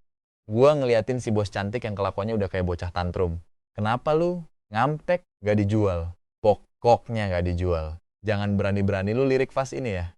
Dia teriak-teriak sambil jongkok di lantai dan melukin vas itu. Kelihatan melas banget, sumpah. Kontras banget sama image dia yang biasanya anggun dan berkelas. Semua orang yang lihat langsung shock berat. Cewek-cewek di situ pada kasihan sama Bella. Mereka natap gua kayak ngelihat monster gak punya hati yang gak tahu cara ngehargain cewek. Si Mason aja sampai mundur selangkah ngejauhin gua. Gua ngehela napas, nyamperin dia, terus ikut jongkok di sebelahnya buat nenangin dia. Yaelah, udahlah bos cantik. Jangan kayak bocah gini. Gua nggak bakal beli vas ini, deal. Bella masih ragu. Dia berdiri pelan-pelan sambil tetap meluk erat vasnya. Lu janji nggak bakal beli? Gua ngangguk. Bella langsung ngehela napas lega seketika, terus naruh vas itu balik ke tempatnya. Mukanya langsung kelihatan agak cerah. Gua mutusin buat berhenti ngegodain dia. Bercanda doang lah, gue cuma ambil barang-barang yang udah kita listati kok. Gue ngangkat sebelah alis ke arah dia. Tapi karena gue ngeborong setengah isi toko lu, masa toko gak ada bentuk terima kasihnya sama sekali sih? Bella narik, napas dalam-dalam. Terus nanya dengan hati-hati. Maksud lu, bonus gratisan? Ya begitulah cara bisnis berjalan kan? Gue nyengir lebar. Bella cuma bisa menjerit dalam hati. Demi apapun toko barang antik mana yang ngasih bonus gratisan? Cowork ini bener-bener gak ngotak bin sadis. Gimana bisa orang sekaya dia malah pelitnya minta ampun? Najis banget. Saking emosinya, dia malah ketawa miris sambil melototin gua. Untung aja hukum modern masih berlaku. Kalau nggak, udah gua cekek lu di sini. Dasar bos besar pelit. Lu hampir nggak nyisain keuntungan secuil pun buat gua. Sekarang malah nodong bonusan. Semprotnya bener-bener dongkol. Gue cuma mengedikan bau santai. Oh ya udah kalau gitu. Gak jadi gua borong nih semuanya. Duh, oke, lu yang menang. Tahu kalau posisinya lagi gue kunci abis-abisan, dia langsung masang senyum ramah palsu yang dipaksakan. Oke, dapat bonus kok. Toko kita nggak pelit-pelit amat lah ya. Kita tahu banget cara ngehargain pelanggan. Dia langsung menghentakkan kaki masuk ke ruang belakang, terus ngambil kotak kayu kecil dari laci. Pas dibuka, isinya gelang giok kualitas premium yang diukir detail banget dengan motif naga dan awan keberuntungan. Garapannya bener-bener kelas dewa. Mason ngeliat itu langsung melotot. Kak, bukannya itu kado ulang tahun yang mau lu kasih ke gua? Belum si Mason kelar ngomong, Bella udah ngasih tatapan mematikan yang langsung bikin dia bungkam seketika. Gua langsung kesengsem. Gua ambil tuh gelang buat dicek. Begitu jari gua nyentuh giok itu, layar sistem langsung meledak. Ding, cewek cantik kualitas jempolan udah ngabisin $80.000 buat Anda. Membuka hadiah skill free order level dewa, pengali acak diterapkan. Cashback 1000 kali lipat. $80 juta udah didepositokan. Harap cek saldo Anda. Alis, gue langsung keangkat. Mata gue berbinar-binar saking senengnya. Padahal gue ngarep dapat pengali 10 juta biar bisa langsung jadi miliarder instan. Tapi dapat 1000 kali lipat juga nggak jelek-jelek amat lah ya. Gue ngehibur diri sendiri. Ya ampun, yang namanya cuan gede mah tetap aja cuan gede. Dapat gelang giok gratis ditambah $80 juta. Sikat lah bre. Sambil nyengir, gue bilang ke Bella, totalin semua barang yang ada di list. Gue bayar sekarang juga. Begitu dengar gue beneran mau bayar, muka cemberut Bella langsung sirna seketika. Dia langsung nyamber kalkulator, jarinya nari-nari lincah di atas tombol, terus ngeliatin angka terakhirnya ke gue. Ini harga paling mentok, udah gue buletin ke bawah ya. Mau gesek kartu apa transfer? Gue nyerahin kartu debit gue ke dia. Bella langsung nyamber dan ngegesek kartunya secepat kilat. Takut banget gue tiba-tiba berubah pikiran. Pas dia lagi ngeproses pembayarannya, di dalam hati gue langsung manggil sistem. Sistem check-in tingkat dewa. Umur 21 tahun, tinggi 83 cm, fisik 95, aset. Ngelihat saldo gue yang melonjak hampir $90 juta bikin mood gue langsung naik drastis. Belanja apaan coba yang kayak gini? Ini mah murni investasi untung gede. Coy! Serigala Wall Street aja nggak bakal bisa dapat margin keuntungan segila ini. Reward dari sistem emang bener-bener nggak ada tandingannya. Gue harus sering-sering belanja gila-gilaan kayak gini nih. Si Mason yang berdiri di sebelah gue cuma bisa cengok. Dia sadar kalau temenan sama gue adalah keputusan terbaik seumur hidupnya. Orang-orang di sekitar langsung melongo kagum. Pas ngeliat gue bayar tagihan fiktif, bin selangit itu tanpa kedip sedikit pun. Pas truknya keluar dari mesin gesek kartu, mata mereka rasanya kayak mau copot. Gila banget. Si Felix emang beneran monster. Bisa baisanya ngebuang 40 juta dolar di hari Selasa siang bolong gini. Sebenarnya dia dari keluarga mana sih? Dan yang paling bikin geleng-geleng kepala adalah umur gue yang masih muda banget. Cowok-cowok sama cewek-cewek di sana langsung nahan napas, sadar kalau mereka lagi berhadapan sama sosok sultan yang sesungguhnya. Tatapan mereka langsung berubah jadi penuh hormat dan kagum yang tulus. Bella nyerahin struk belanjanya ke gue. Begitu ngeliat duit masuk ke rekeningnya, dia langsung girang setengah mati, berasa melayang di langit ketujuh. Emang sih, untung per barangnya tipis banget, tapi total borongannya kan gila-gilaan. Target penjualan tahunan dia langsung jebol dalam waktu 1 sore doang. Gue juga ikut seneng sih. Sambil celingukan, gue nanya, lu punya lantai 2 kan? Boleh dong, gue lihat. Bella langsung ngangguk semangat. Oh, tentu mari gue anterin. Pas lagi ngomongin soal lantai 2, kelihatan banget ada sedikit rasa bangga di mukanya. Gue ngesoal itu, langsung ngangkat sebelah alis, terus ngikutin dia. Salah satu temen Mason berbisik girang.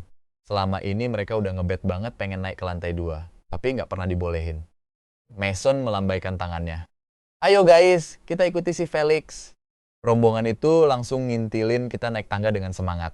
Lantai 2 ternyata luas banget dan dibagi jadi beberapa ruangan yang dikunci rapat. Barang-barang yang beneran kelas kakap disimpan di sini, jelas Bella. Lu mau lihat apa dulu nih? Biar gue bukain pintunya. Dia nuntun gue ke sebuah pintu terus ngebuka kuncinya. Semua orang langsung masuk ke ruangan ber-AC yang suhunya udah diatur khusus itu. Barang-barangnya ditata rapi di dalam kotak pajangan kayu yang mewah banget. Rombongan itu langsung pada melongo kagum. Rak-rak ini nyimpen barang-barang dengan nilai yang nggak masuk akal, harta karun sejati milik keluarga Mo. Bella ngebuka salah satu kotak dan ngeliatin sebuah lukisan pemandangan karya maestro legendaris. Cuma boleh lihat dari jauh ya. Wanti-wanti Bella sambil make sarung tangan putih khusus cuma buat kotaknya doang. Pas gua ngasih tahu gua langsung tahu kalau masing-masing lukisan ini harganya tembus puluhan juta dolar. Ya masuk akal sih. Toko barang antik biasa mana punya modal gede buat nyimpen stok barang dewa kayak gini. Satu barang KW doang bisa bikin mereka bangkrut. Keluarga Mo emang jelas-jelas tajir melintir. Bella kayaknya ngebet banget pengen pamer. Dia nunjukin barang-barang yang harganya minimal beberapa juta per biji. Bahkan ada beberapa barang asli yang nilainya tembus puluhan juta. Gila, banyak barang bagus di sini, pikir gua. Tapi barang-barang ini jelas bukan buat dijual bebas. Harta karun yang asli kayaknya disimpan di rumah pribadi keluarga Mo. Sebelum gue sempet nanya, Bella udah bisa senembak isi pikiran gue dan langsung motong omongan gue. Gue nggak punya wewenang buat ngejual apapun di lantai ini. Jujur ya, kalau bisa sih gue seneng banget, tapi harta karun kayak gini diawasin ketat banget sama para tetua keluarga. Gue manggut-manggut, paham situasinya. Kalau nggak bisa dibeli ya udah sih. Nggak masalah juga. Sisa waktu kita pakai buat keliling lihat-lihat ruangan lain. Tiap kali pintu kebuka, orang-orang langsung heboh banget lihat barang-barang antik itu. Gak kerasa hari udah mulai gelap. Gue pun pamit. Oke, kelar juga belanjaannya, udah malam nih. Gue cabut dulu ya. Bella nanya, perlu gue pesenin pengiriman buat semua barang ini nggak? Gak usah, gue bawa sendiri aja, tolak gue. Bella bingung, tapi karena ngelihat gue tegas banget, dia nggak maksa. Kita semua langsung turun ke bawah. Bella sama anak buahnya ngeluarin bahan packing profesional dan ngebungkus semua barang antik itu dengan hati-hati. Mason juga ikutan bantu. Akhirnya Bella nyelipin struk belanjaan yang super panjang itu ke salah satu kardus. Pas saat itu juga layar sistem langsung kedap-kedip. Ding, tuan rumah mendapatkan kesempatan check-in acak. Check-in berhasil. Hadiah fisik level dewa. Detik itu juga rasa panas yang membara langsung mengalir deras ke seluruh tubuh gue. Energi ledakan yang gak ada habisnya langsung menuhin otot-otot gue. Pas gue ngepalin tangan, udara di sekitar kayak beneran pecah, dan sendi-sendi gue bunyi pletak-pletok kayak petasan. Suara tiba-tiba itu bikin kaget semua orang. Matanya Mason langsung melotot lebar, dan Bella kelihatan shock banget. Dia refleks langsung meriksa barang-barang antik itu, takut ada yang pecah. Semua orang celingukan nyari asal suara itu, tapi nggak nemu apa-apa. Tampang mereka bener-bener bingung parah. Gue batuk-batuk kecil dengan canggung buat nutupin kepanikan. Ya udah, semua barang udah dipacking kan? Gue jalan dulu ya. Bella minta semua orang buat bantu ngangkut kardus-kardus itu ke mobil gue. Pas ngeliat Lamborghini merah menyala itu lagi, mata mereka langsung berbinar-binar penuh kekaguman. Gue buka bagasinya, yang ternyata lumayan luas, tapi tetap aja nggak cukup buat nampung semua kardus. Akhirnya gue minta mereka numpuk sisa kardusnya dengan hati-hati di kursi penumpang. Gue ngucapin makasih ke semuanya, terus langsung tancap gas. Bella sama yang lain ngeliatin lampu belakang mobil, gue sampai hilang di kejauhan. Dia langsung madep ke Mason, nyubit pinggang adiknya itu kenceng banget, terus ngomelin dia. Lihat tuh dia, terus lihat diri lu sendiri. Lu tuh nggak tahu apa-apa selain main-main doang. Gimana coba lu mau warisin bisnis keluarga kalau kelakuan lu kayak begini? Mason ngelus pinggangnya sambil masang muka melas, ngerasa nggak adil banget. Lah, emang gue salah apa coba? Gue kan udah bawa pelanggan VIP buat lu. Lu mah cuma ngelompiasin kekesalan ke gue gara-gara dia berhasil ngakalin lu soal harga. Belum juga dia kelar ngomong, Bella udah keburu nyubit pipinya. Di bawah ancaman kakaknya yang otoriter itu, Mason langsung buru-buru minta maaf. Salah satu cowok di situ ngehela napas kagum. Felix gokil parah, coy. Dia nggak tanggung-tanggung kalau belanja. Yang lain pada manggut-manggut setuju banget. Ngeliat gaya belanja gue yang bener-bener sultan abis. Ngeborong habis toko barang antik kelas atas, ngabisin duit puluhan juta. Terus dengan santainya numpuk semua barang itu di Lamborghini tanpa minta tadi anterin. Itu bener-bener aksi flexing yang luar biasa gila. Mason juga ikutan manggut-manggut. Tiba-tiba dia inget sesuatu. Kak, gue perhatiin Felix kayaknya demen banget deh sama gelang giok yang lu kasih tadi. Semua orang langsung ngeliatin Bella. Mukanya merona merah tipis-tipis. Dia langsung buru-buru masang muka bos yang galak. Sana pergi. Udah malam, semuanya balik sana. Dia balik badan terus, langsung lari masuk ke dalam toko. Mason ngeliatin kakaknya pergi. Ngerasa dia kayak lagi kabur dari sesuatu. Tapi dia nggak mau ambil pusing dan langsung balik ke temen-temennya buat ngerencanain tempat nongkrong berikutnya. Sementara itu, gue lagi asik bersenandung sambil nyetir santai naik Lambo, balik ke villa nomor 1. Di villa, Anna sama stafnya lagi beresin tugas bersih-bersih dan perawatan harian mereka. Dia lagi ngerangkai buket bunga segar, motong tangkainya dengan sangat presisi layaknya profesional. Kalau ditambahin beberapa bunga anyelir, pasti bakal kelihatan sempurna banget, gumamnya sendiri. Pas saat itu juga, raungan mesin V12 menggema dari arah luar. Anna langsung naruh bunganya dan lari keluar. Pas lihat gue masuk ke halaman, dia refleks manggil Tuan V, tapi dia langsung meralat ucapannya. Felix, kamu udah balik. Gue parkir mobil, turun, terus melambai sambil senyum. Pas banget waktunya. Tolongin gue bawa ini dong. Tentu aja. Anna langsung buru-buru nyamperin pas ngeliat gue ngangkat kotak kayu yang kelihatan berat dari dalam mobil. Dia ngulurin tangan. Biar saya bantu, kelihatannya berat banget. Dia manggut-manggut, terus kita masing-masing bawa beberapa kotak, bolak-balik beberapa kali sampai mobilnya hampir kosong melompong. Gue ambil kotak terakhir ya, kata gue. Pas lagi bawa kotak ke dalam rumah, Anna ngeliat ada selembar kertas melayang jatuh ke lantai. Dia berhenti buat mungut kertas itu. Ini apaan ya, gumamnya? Pas ngeliat tulisan yang tercetak jelas di situ, dia langsung mematung. Dia melototin kertas itu, otaknya berusaha mencerna apa yang lagi dia lihat sekarang. Itu ternyata selembar struk belanjaan. Struk belanjaan yang nulisin detail, kalau tiap kotak yang baru aja dia bawa tadi isinya adalah barang-barang antik yang harganya nggak ternilai.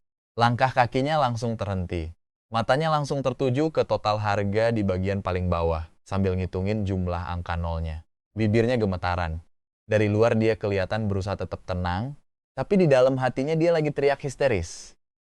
Badai kepanikan dan rasa syok langsung menghantam dirinya. Barang-barang yang barusan gue bawa masuk ke rumah dengan santainya ini, ternyata nilainya puluhan juta dolar. Kalau tahu harganya semahal ini, boro-boro mau bawa. Napas di deketnya aja, gue nggak bakalan berani. Anna megangin dadanya yang deg-degan parah, menarik napas dalam-dalam buat menenangkan diri. Lalu dengan sangat lambat, membawa kotak itu masuk ke dalam villa dengan ekstra hati-hati. Pas dia masuk, gue udah mulai ngebuka kardus-kardusnya. Terus dengan santai ngambil barang-barang antik itu dan meriksanya satu-satu. Gue bener-bener puas sama hasil belanjaan hari ini. Tiap barang punya kualitas tingkat dewa. Ana ngeliatin gue megang barang-barang antik tak ternilai itu kayak mainan plastik murahan dari toko serba 1000. Dia ngerasa merinding disko ke seluruh tubuh. Ya ampun, kok dia bisa megang barang semahal itu dengan santai banget sih? Kelihatan cuek banget lagi. Padahal berdasarkan pelatihan manajemen propertinya, barang-barang kayak begini harus dipegang pakai sarung tangan putih dan ekstra hati-hati. Dia cuma bisa berdiri, mematung ngeliatin gue dalam waktu yang lama sebelum akhirnya bisa tenang kembali. Dia udah nggak sanggup lagi nahan stres gara-gara ngeliat aksi pamer si miliarder ini. Felix, saya mau mulai masak buat makan malam. Kamu mau makan apa? Tanyanya sambil menghela napas panjang buat ngilangin rasa soknya yang tertahan. Gue ngelempar. Oke, dia manggut-manggut. Karena gue ngebebasin, dia mau masak apa aja. Dia mutusin buat bikin makanan yang gizinya seimbang dan bernutrisi tinggi. Nggak lama kemudian, Anna keluar dari dapur sambil celemek di atas seragam hitamnya. Makan malamnya udah siap, silakan makan. Dia balik lagi ke dapur, terus mulai ngebawain hidangan-hidangannya ke meja makan. Detik itu juga, aroma masakan yang super lezat dan bikin ngiler langsung menuhin seisi ruangan. Gue taruh barang antik yang lagi gue pegang, cuci tangan, terus duduk di meja makan. Ngeliat makanan yang disajiin dengan sangat rapi dan estetik, gue langsung naikin satu alis dan tersenyum. Gokil, masakan lo keren parah, baunya bener-bener mantap. Syukur deh kalau lo suka. Ana tersenyum lembut sambil ngelepas celemeknya. Makan yang santai aja ya, gue mau balik kerja dulu. Pas lihat dia mau pergi, langsung aja gue tahan. Santai aja kali, gak usah buru-buru. Kerjaan mah bisa nunggu. Sayang banget kan kalau makanan seenak ini keburu dingin. Sini duduk, makan bareng gue. Ana bisa denger ketulusan di suara gue. Dia mikir bentar, terus akhirnya nggak nolak. Dia senyum terus langsung duduk. Ya udah deh, gue nggak sungkan ya. Akhirnya kita duduk hadap-hadapan, nikmatin momen makan bareng yang tenang dan langka banget ini. Gak nyangka ya, anak semuda lo bisa jago banget masak begini. Kata gue sambil ngegigit iga babi panggangnya. Beuh, rasanya langsung pecah banget di mulut. Gue beneran gak tahan buat gak muji dia. Gue gak cuma basa-basi ya. Ini beneran gokil banget. Lo bahkan bisa saingan sama chef bintang 5. Beruntung banget deh, gue punya lo yang ngurusin rumah ini. Pipi Ana langsung memerah denger pujian itu. Dia gigit bibir, kelihatan malu-malu tapi gemesin parah. Pelan-pelan dia nyendok nasi ke mangkoknya, muka putih mulusnya merona pink, beneran kelihatan lebih cantik daripada senja sore. Kita berdua beresin makanan dengan cepet. Pas gue mau beresin meja, Ana langsung nyamber mangkok gue dan bawa semuanya ke dapur. Pas dia balik lagi keluar, gue nunjuk ke arah barang-barang antik. Kita pajang porselen-porselen ini di sekeliling rumah yuk buat dekorasi. Dengar itu, Ana langsung kaget setengah mati sampai keceplosan bersuara. Hah? Dia paham sih tiap kata yang gue ucapin. Tapi pas digabungin, bener-bener gak masuk akal. Ini kan barang antik seharga jutaan dolar, bahkan udah kayak harta karun nasional. Bukannya harusnya dikunci di brankas khusus dengan pengatur suhu ya? Kok dia malah pengen ngegeletakin barang-barang ini di luar gitu aja? Dia ngeliatin gue dengan muka bingung setengah mati. Gue cuma ngangguk-ngangguk santai sambil ngambil satu vas. Lagian, ini kan cuma vas bunga, bener gak? Tinggal isi air dikit, terus colokin bunga deh. Kita lihat gimana hasilnya. Gue manggut-manggut sendiri, bangga banget sama ide jenius gue ini. Dalam hati Ana mikir, apa emang semua orang tajir melintir otaknya gesrek begini ya? Dia bener-bener gak peduli sama sekali sama harganya. Padahal Ana udah bertahun-tahun ngurus villa mewah, tapi belum pernah sekalipun nemu pemilik yang gilanya sesantai ini. Dia butuh waktu beberapa detik buat mencerna kenyataan gila ini, terus akhirnya ngangguk pasrah. Ngikutin instruksi gue, dia dengan sangat hati-hati nuang air ke dalam vas dari Dynasty King, terus masukin bunga-bunga segar yang baru dipotong. Gak lupa, dia juga nata kombinasi warnanya dengan ahli biar kelihatan makin estetik. Dia ngelakuin hal yang sama ke beberapa vas lainnya, terus dipajang di atas meja. Seketika, suasana villa langsung terasa hidup banget. Cuma ngelihat dekorasi itu aja udah bikin mood gue naik drastis. Sambil nyandar di sofa, gue ngeliatin anak kerja dengan perasaan yang mantap banget. Barang-barang ini kan praktis gue dapet gratis, malah bikin untung 80 juta dolar, dan sekarang bikin rumah gue kelihatan makin kece parah. Fungsi maksimal bener-bener tercapai. Pas gue lagi nikmatin hidup gue yang sempurna ini, tiba-tiba layar sistem kedap-kedip. Ding, host dapat kesempatan check-in acak. Check-in. Sip, check-in sukses. Hadiah, satu anjing penjaga tingkat dewa. Silakan cek area luar, anjing penjaga tingkat dewa. Gue cuma naikin sebelah alis tanpa ngomong apa-apa.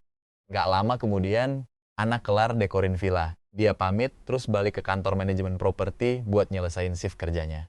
Gue duduk bentar lagi sebelum akhirnya jalan keluar ke halaman. Pas lagi berdiri di tengah halaman, gue ngeliat ada bayangan hitam gede banget lagi lari kenceng ke arah gerbang. Ngeliat bayangannya yang makin membesar dengan cepet, kecepatannya bener-bener ngeri banget. Pas makin deket, kedengaran suara napas ngosangan yang berat dan menggema. Begitu dia nyampe gerbang, barulah gue bisa lihat dengan jelas. Ternyata itu anjing ras Belgian Mastiff, tapi ukurannya bener-bener gak masuk akal. Gedenya udah seukuran singa dewasa. Fisiknya bener-bener gokil parah, otot-ototnya kelihatan jelas banget di balik bulu hitamnya yang klimis pas lagi lari. Binatang buas yang ngeri tapi estetik abis. Gue nyipitin mata, beneran kaget banget. Anjir, ini baru namanya anjing penjaga tingkat dewa. Gede gila! Cuma ngelihat dia doang udah bikin gue merasa aman sentosa. Sistem emang gak pernah gagal ngasih barang mantap. Pas gue lagi takjub ngeliatin dia, si anjing gak berhenti di depan gerbang. Memanfaatkan kecepatannya, monster raksasa itu langsung melompat tinggi, ngelewatin pagar besi cor yang tebel dengan sangat mulus. Mendarat dengan keempat kakinya tanpa kehilangan kecepatan sedikit pun, dan langsung nerjang lurus ke arah gue. Fix. Ini beneran hadiah dari sistem. Makhluk ini buas parah. Kalau nggak lihat pakai mata kepala sendiri, gue nggak bakal percaya ada anjing seukuran gitu bisa lompatin pagar setinggi itu dengan gampang banget. Kalau dibilang bikin keder, itu mah masih mending. Ini beneran nakutin banget. Kalau aja gue nggak punya fisik, tingkat dewa yang ngasih kekuatan dan kecepatan manusia super sekarang. Biarpun gue tahu, ini hadiah buat gue. Gue pasti udah mundur ketakutan. Ditubruk sama monster kayak begini bisa-bisa bikin darah gue langsung sisa setengah. Si anjing langsung ngerem mendadak pas di depan gua. Napasnya ngos-ngosan dengan lidah menjulur keluar, terus dia langsung muter-muter manja di sekitar kaki gua. Dia ngusel-ngusel kaki, gua pakai kepalanya yang gede banget dengan penuh kasih sayang. Tampaknya dia sadar diri kalau badannya segede gaban, jadi dia gerak hati-hati banget biar nggak bikin gua jomplang. Tapi biarpun dia udah hati-hati, sabetan buntutnya yang gerak heboh tetap aja kena kaki, gua kayak pecut karet. Lihat monster segede gaban ini nyoba akting manja kayak anjing peliharaan biasa, gue langsung ketawa ngakak terus nunduk buat ngelus kepalanya. Ngerasain elusan dari tuannya, si anjing langsung seneng banget nyodorin kepalanya ke tangan gue buat dimanjain. Anak pinter, puji gue sambil ngelus bulunya yang halus banget. Pas gue lihat sekeliling halaman yang kosong, gue baru sadar kalau belum nyiapin apa-apa. Kandang kustom gak ada, talti tuntun gak ada, makanan anjing gak ada, bahkan mangkok air pun kagak punya. Dengan anjing sekeren ini, gue gak bakal biarin dia hidup terlantar. Pas gue cek jam tangan, ternyata masih sore. Gue ngeliat ke bawah, ke arah bola bulu raksasa ini. Lo jaga rumah ya. Gue mau pergi beli beberapa barang buat lo. Paham? Kuping si anjing langsung tegak. Begitu gue kelar ngomong, dia langsung ngegonggong keras banget sampai suaranya membahana, terus jalan santai ke arah gerbang depan. Dia langsung tiarap, masang posisi siaga penuh buat ngejaga rumah. Ngelihat badannya yang gagah berotot dan selalu waspada dengan aura yang kuat banget, gue bener-bener merasa puas. Bener-bener anjing penjaga tingkat dewa. Kualitas premium abis. Ninggalin si anjing yang lagi tugas jaga, gue dengan santai jalan ke garasi, masuk ke mobil, dan langsung nyetir keluar dari Imperial Gardens. Karena udah bertahun-tahun tinggal di kota ini, gue paham banget jalanan dan langsung nyampe ke kawasan sentra hewan peliharaan setempat dengan cepet. Sepanjang jalan dipenuhin sama papan nama pet shop yang warna-warni dan mencolok. Gue nih, hewan yang kejepit di antara toko-toko, itu lagi heboh nyetel promosi lewat pengeras suara. Steril hewan peliharaan, beli 3 gratis 1. Kembalikan kedamaian dan ketenangan di rumah Anda. Jalannya emang gak terlalu lebar dari awal. Ditambah lagi toko-toko pada naruh kandang kucing sama anjing di trotoar nungguin pembeli. Bikin jalanan kerasa makin sempit aja. Karena ogah ribet bawa Lambo nerobos kekacauan itu, gue parkir di gang sebelah dan milih jalan kaki aja. Rencananya gue mau cari toko, beli beberapa perlengkapan darurat dulu, baru deh nanti pesen barang-barang custom khusus buat si monster raksasa itu. Gak lama, ada mbak-mbak sales promotor yang lagi nyari pelanggan lihat gue lewat. Matanya langsung berbinar-binar, dan dia langsung buru-buru nyamperin gue. buat nyodorin brosur. Tapi sebelum dia sempet nawarin barang dagangannya, dia ngeliat muka gue dari deket. Jantungnya langsung deg-degan parah. Pipinya langsung merah padam. Sampai dia bener-bener lupa sama tugas utamanya. Minta nomor gue. Gue ngambil brosurnya, terus ngeliatin daftar produknya, bingung mau beli apa. Tiba-tiba ada tangan putih mulus, nepuk pundak gue dari belakang. Untung refleks gue udah naik level. Jadi langsung balik badan secepat kilat. Pas noleh, gue langsung disuguhin muka super cantik yang lagi senyum manis banget, asli bikin adem. Kulitnya mulus parah, alisnya lentik rapi, bikin matanya yang bening makin kelihatan berkilau. Vibes-nya tuh lembut banget, tipe-tipe cewek yang pengen lu lindungin terus. Rambut panjangnya dikit simpel ke belakang, ngasih kesan elegan tapi agak cuek santai yang justru bikin dia makin kelihatan cakep abis. Dia dongak ngeliatin gue. Tinggi badannya buat ukuran cewek tergolong lumayan sih, dan jaket, olahraga biru mudanya sama sekali nggak bisa nyembunyiin lekuk tubuhnya yang pas banget. Gue ngeliatin mukanya yang mulus itu sambil agak bengong. Tapi abis itu, fokus gue langsung keganggu sama makhluk kecil yang dia gendong. Ternyata ada kucing ragdoll yang lagi goleran santai di pelukannya. Jujur, ngeliatnya bikin gue agak iri sih. Tuh, kucing ngeliatin gue pakai matanya yang biru jernih. Gila, nih kucing levelnya udah elit banget. Bisa langsung debut jadi supermodel kucing besok nih. Ngeliat gue balik badan secepat itu, tuh cewek sempet bengong bentar. Matanya langsung merhatiin muka gue. Dan tiba-tiba dia langsung teriak heboh. Felix! Layar sistem langsung muncul saat itu juga. Fisik 98, tinggi 170 cm, kemurnian 100%. Pas tahu nama yang gak asing ini, gue langsung senyum-senyum tipis. Gue ngangguk ramah. Oi Fiona. Begitu tahu gue masih inget, Fiona langsung seneng banget. Dia ngelambain tangannya heboh. Lama gak ketemu Felix. Ya ampun, kok lu jadi ganteng parah gini sih? Kata orang-orang sih, cewek yang makin gede makin glow up. Tapi gue nggak nyangka cowok juga bisa berubah sedrastis ini. Tadi gue cuman berani ngeliatin lu dari jauh doang. Pas lu balik badan, gue hampir nggak berani nyapa. Sorot matanya yang indah bener-bener nunjukin rasa kagum yang tulus, dia nggak berusaha nutup-nutupin itu. Dulu sih gue emang lumayan. Tapi sekarang ketampanan gue udah kayak dewa turun dari langit. Gue senyum ke Fiona, dan memori zaman SMA langsung muter lagi di kepala. Fiona tuh dulu temen sekelas, gue yang cantiknya nggak ada obat. Dia ketua kelas legendaris sekaligus dewi sekolah yang nggak ada tandingannya. Dia juga jadi ketua seksi seni yang serba bisa. Pokoknya terkenal banget seantero sekolah. Biasanya kita jarang ngobrol, tapi pas ada pameran seni dulu, dia ngajakin gue buat tampil bareng di panggung. Meskipun tampang gue pas-pasan waktu itu, bisa berdiri di samping, dia sambil denger tepuk tangan meriah dari penonton tuh jadi salah satu momen terbaik di masa muda gue.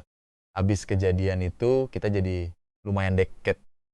Gue kan anaknya pendim. Jadi gue mutusin buat gabung ke kelompok belajarnya dia. Karena dia dari keluarga tajir, dia sering banget jajanin kita-kita dan banyak bantuin gue. Tapi pas udah lulus, kita lost kontak gitu aja. Gak nyangka bakal ketemu lagi di sini. Lama gak ketemu ya, lu makin hari makin cantik aja kata gue. Dan itu bukan sekadar basa-basi. Sistem emang gak pernah bohong. Nilai dia 98, lebih tinggi dari Bella yang anggun banget itu. Ngapain lu ke jalanan toko hewan gini? Tanya gue. Fiona nimang-nimang kucing di pelukannya sambil ketawa. Gue lagi nyari makanan buat Simpus nih, rencananya mau ke tokonya Luke. Luke? Gue nyengir tipis. Luke tuh temen sekelompok belajar kita dulu. Dulu kita lumayan akrab kan?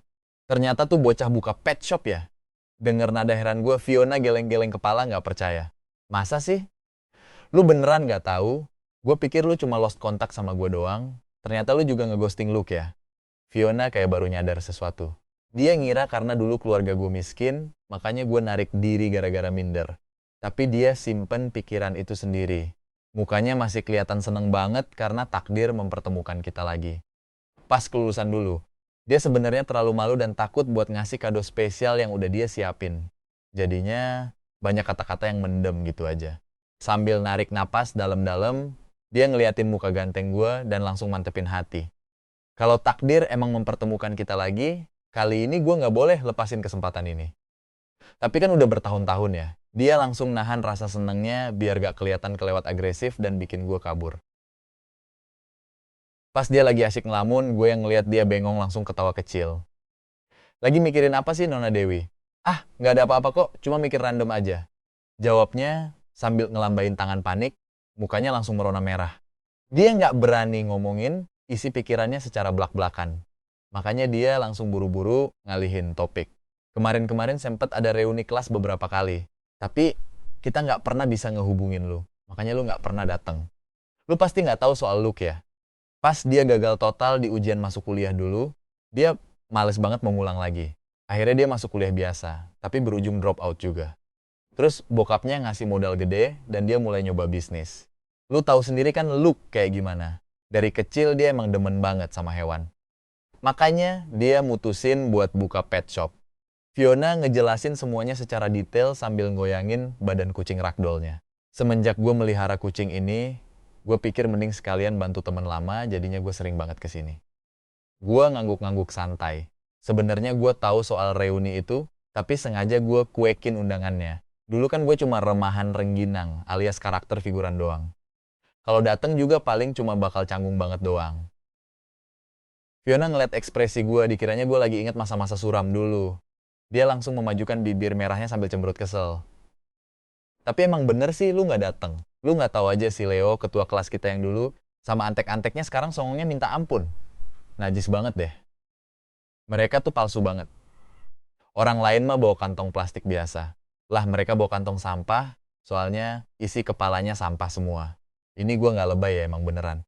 Gara-gara mereka yang bikin risih, gue akhirnya males banget ikutan reuni lagi. Mikirin mereka aja udah bikin gue naik darah. Fiona curhat panjang lebar sebelum akhirnya miringin kepala dan ngeliatin gue. Kok gue malah ngalor ngidul gini sih? Sampai lupa nanya hal paling penting. Lu sendiri ngapain di sini? Gue mau beli makanan anjing sama beberapa perlengkapan.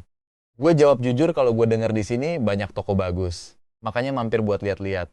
Fiona langsung senyum manis. Wah, pas banget dong. Sini gue temenin ke tokonya Luke. Barang-barang di sana dijamin ori semua kok. Terpercaya deh.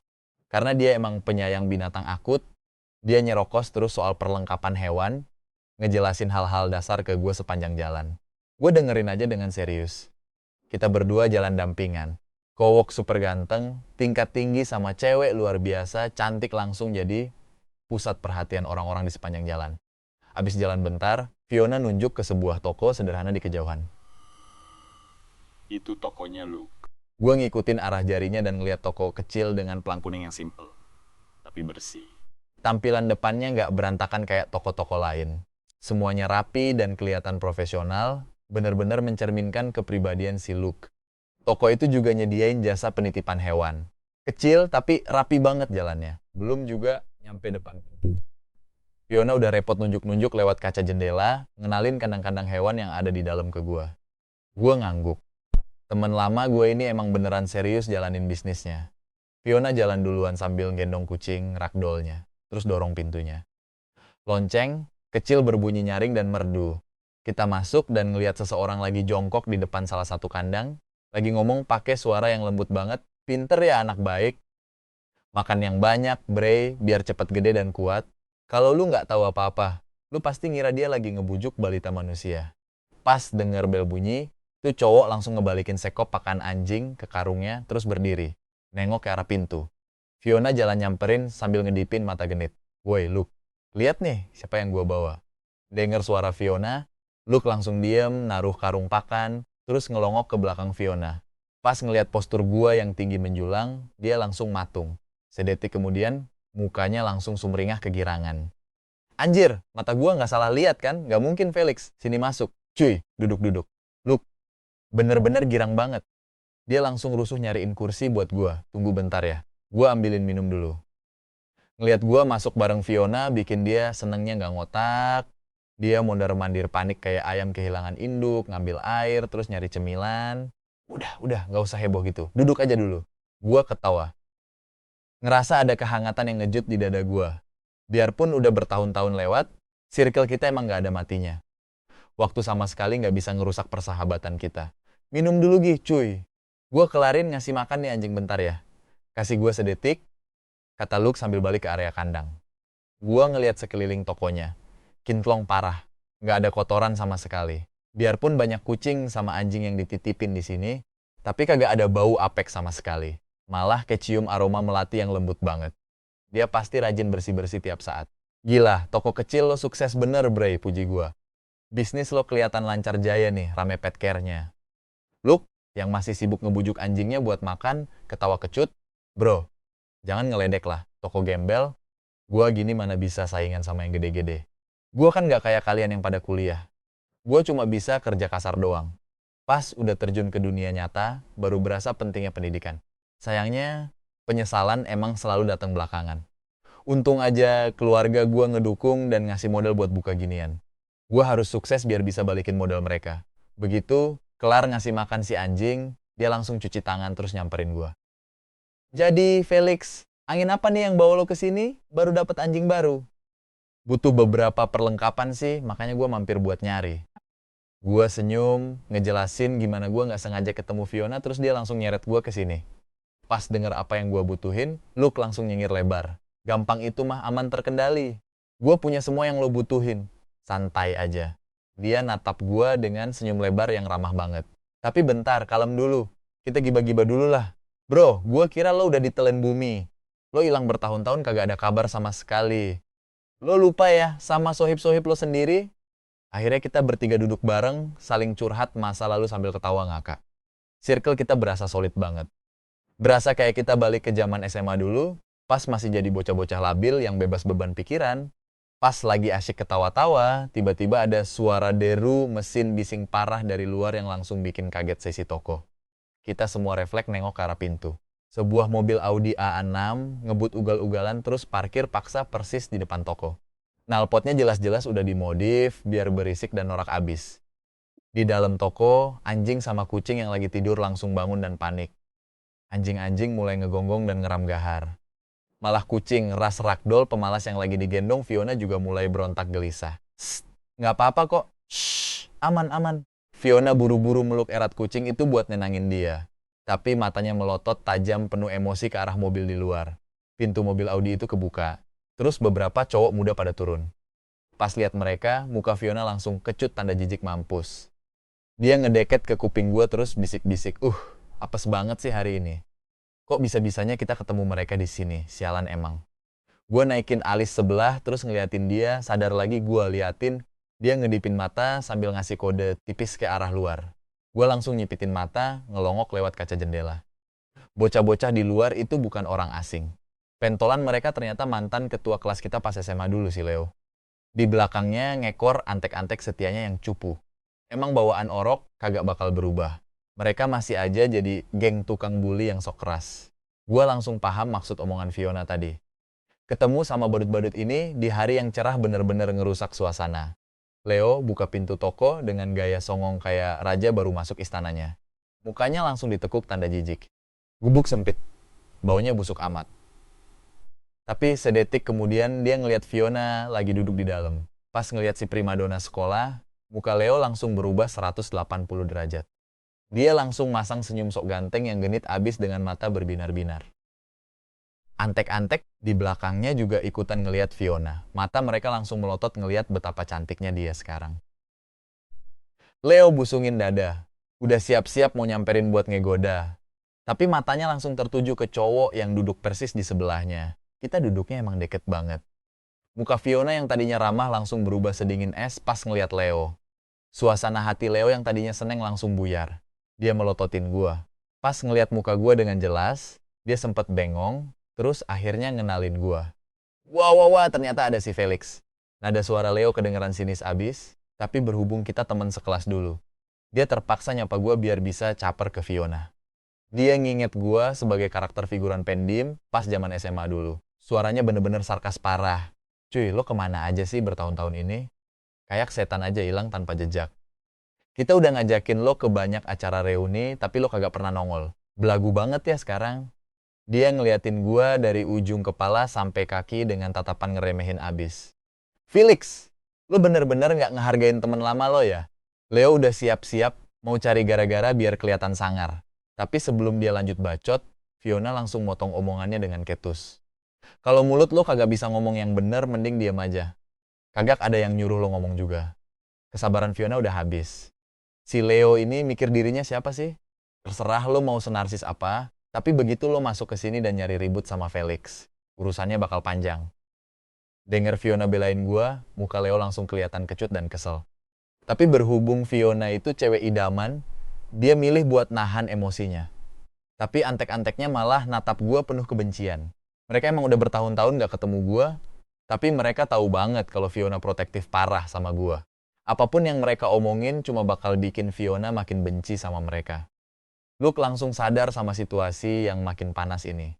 Dia ngerutin dahi terus nyoba ngalihin pembicaraan. Felix, lo kesini naik apa? Kuat emang bawa barang sebanyak ini. Luke ternyata udah nyiapin tumpukan perlengkapan anjing yang bejibun buat gua. Barang-barangnya numpuk di lantai. Gua ngeliatin tumpukan itu terus ketawa. Wah, jelas kagak muat lah. Mobil gua cuma muat buat 2 orang, apalagi bawa ginian semua. Bawa kandang ini satu aja nggak bakal masuk. Gua ngeluarin HP gua. Berapa nih total semuanya? Luke langsung melambaikan tangannya. Duit kurang gampang, tinggal telepon gua. Gua ngegeleng sambil natap dia. Serius. Nggak bisa gitu. Kalau lo kagak mau nerima duit gua nggak bakal mau mampir ke sini lagi. Kalau lo kagak mau ngasih tahu harganya, gua bakal asal tebak, terus langsung gua transfer aja. Ngelihat muka gua yang serius, Luke tahu gua nggak lagi bercanda. Dia langsung cepet-cepet ngitung harga modalnya. Gua kagak banyak bacot, langsung scan kode QR dia dan langsung bayar detik itu juga. Ngelihat gua bayar secepat kilat, Luke ngeliatin tumpukan barang tadi sambil ngusap kepalanya yang kagak gatel. Ya udah deh, tinggalin aja dulu di sini. Ntar gua yang nganterin ke rumah lo. Anggap aja layanan antar gratis buat Soib sendiri. Pikirnya, karena gua baru pertama kali melihara anjing, dia sekalian bisa mampir buat ngajarin gua dasar-dasarnya. Gua ngangguk terus berdiri, siap-siap mau ngambil mobil gua. Pas lihat gua berdiri, Fiona langsung loncat. Tungguin gua. Gua ikut. Gua pun ngeliatin dia. Dia balik natap mata gua sambil kedip-kedip imut. Apa? Baru ketemu teman lama, terus lu langsung mau nelantarin gua gitu aja? Masa tega sih nyuruh gue jalan kaki balik ke rumah sambil ngegendong kucing kayak gini? Gue ketawa kecil, lihat dia cemberut. Yaudah, iya. Gue tebengin deh. Lihat Fiona mau cabut bareng gue, si Leo langsung panik. Dia langsung nyerobot maju sambil masang senyum sok keren andalannya. Fiona, mending bareng gue aja yuk. Mobil gue parkir pas di luar tuh. Dengan belagu dia nunjuk ke mobil Audi A6 norak yang diparkir di depan, mukanya kelihatan songong banget. Dia pikir semua cewek yang punya otak pasti bakal milih mobil mewah. Fiona perlahan nengok ke arah Leo. Sumpah, muka Leo yang songong dan berminyak itu bikin dia bener-bener pengen muntah. Tanpa mikir 2 kali, dia langsung lari ke samping gua, bahkan gak sudi buat nengok ke belakang lagi. Pilihan dia bener-bener udah jelas banget. Lihat kita jalan pergi, muka Leo langsung merah padam nahan amuk. Dia ngerasa bener-bener dipermaluin. Cewek secakep itu kok otaknya seupil sih? Emang si pecundang itu punya apa? Udahlah miskin, yatim piatu lagi. Pas reuni aja dia nggak berani nongol gara-gara nggak punya duit buat patungan. Sekarang, palingan dia cuma naik motor listrik murahan. Si Fiona malah klepek-klepek sama dia. Awas aja ya, lu bakal nyesel. Babu setianya ikut nyinyir, kasihan lihat bosnya. Emangnya si Felix itu siapa sih? Modal tampang doang. Kalau bukan gara-gara tampang, ngapain coba si Fiona ngajak dia naik ke panggung? Paling cuma dijadiin cowok pajangan doang. Dia bener-bener setuju sama Leo. Cewek cantik tuh emang pada bego. Felix punya apa sih? Kuliah aja di kampus sampah. Paling kerjanya serabutan yang gak ada masa depannya. Berani-beraninya dia numpang lewat di sini dan ngerusak pemandangan kita. Si babu itu gak cuma ngehina gue, tapi juga ikut nyeret-nyeret Luke. Si Luke kan emang kasta terendah. Gak heran dia temenan sama si pecundang itu. Sampah emang cocoknya sama sampah. Leo yang lagi emosi langsung jalan ke pojok toko, nyamperin kandang-kandang kucing. Dia ngeliatin anak kucing yang lagi tidur dari balik kaca. Woi, bangun lu, kucing bego. Lihat kucing lucu itu sebenarnya bikin emosinya agak redaan dikit. Tapi pas dia ngetuk kaca dan si kucing cuek aja, amarahnya langsung meledak lagi. Sialan, kucing dongo kayak gini berani-beraninya nyuekin gue juga. Ngelampiasin emosinya ke hewan malang itu, dia ngegedor kaca kandang pakai kepalan, tangannya kencang-kencang. Bunyi gedoran keras itu bikin si anak kucing yang lagi tidur kaget setengah mati. Woi, Luke ngebentak udah gak tahan lagi. Bisa berhenti gak? Lu bikin kucing-kucingnya ketakutan tahu. Hah, emang gua harus takut sama apa? Leo nyengir jijik. Cuma kucing bego gini doang. Lu pikir gua gak sanggup beli apa? Babunya langsung nyamber. Iya nih, selera bos Leo tuh kelas atas. Mana level ngeliat kucing jalanan murahan kayak gini. Jangan baperan deh, Luke. Kita juga tahu kok toko kecil lu ini lagi sekarat. Makanya buruan stok ras kucing yang bagus biar bos Leo bisa beli. Tapi jujur aja sih, lu jual ginjal pun kayaknya nggak bakal sanggup deh buat nyetok kucing ras asli. Dengar omongan mereka, Luke bener-bener emosi nahan marah. Dia udah nggak bisa sabar lagi. Bentar ya, gue harus nganterin barangnya Felix sekarang juga. Kalau kalian sibuk, mending kalian pergi aja. Luke sebenarnya lagi nyoba ngusir mereka secara halus, tapi belum sempat dia kelar ngomong. Leo sama anak buahnya langsung ibasin tangan dengan belagu. Halah, nggak usah dipikirin. Karena lu cuma mau pergi bentar, kita bakal nongkrong di sini sambil main kartu sekalian jagain toko buat lu. Luke langsung melotot ngeliatin mereka. Gila ya? Kagak ada urat malunya banget nih orang-orang. Sementara itu, gue sama Fiona lagi jalan kaki bareng menyusuri trotoar. Dia agak cemberut tuh ngeselin ngedumel.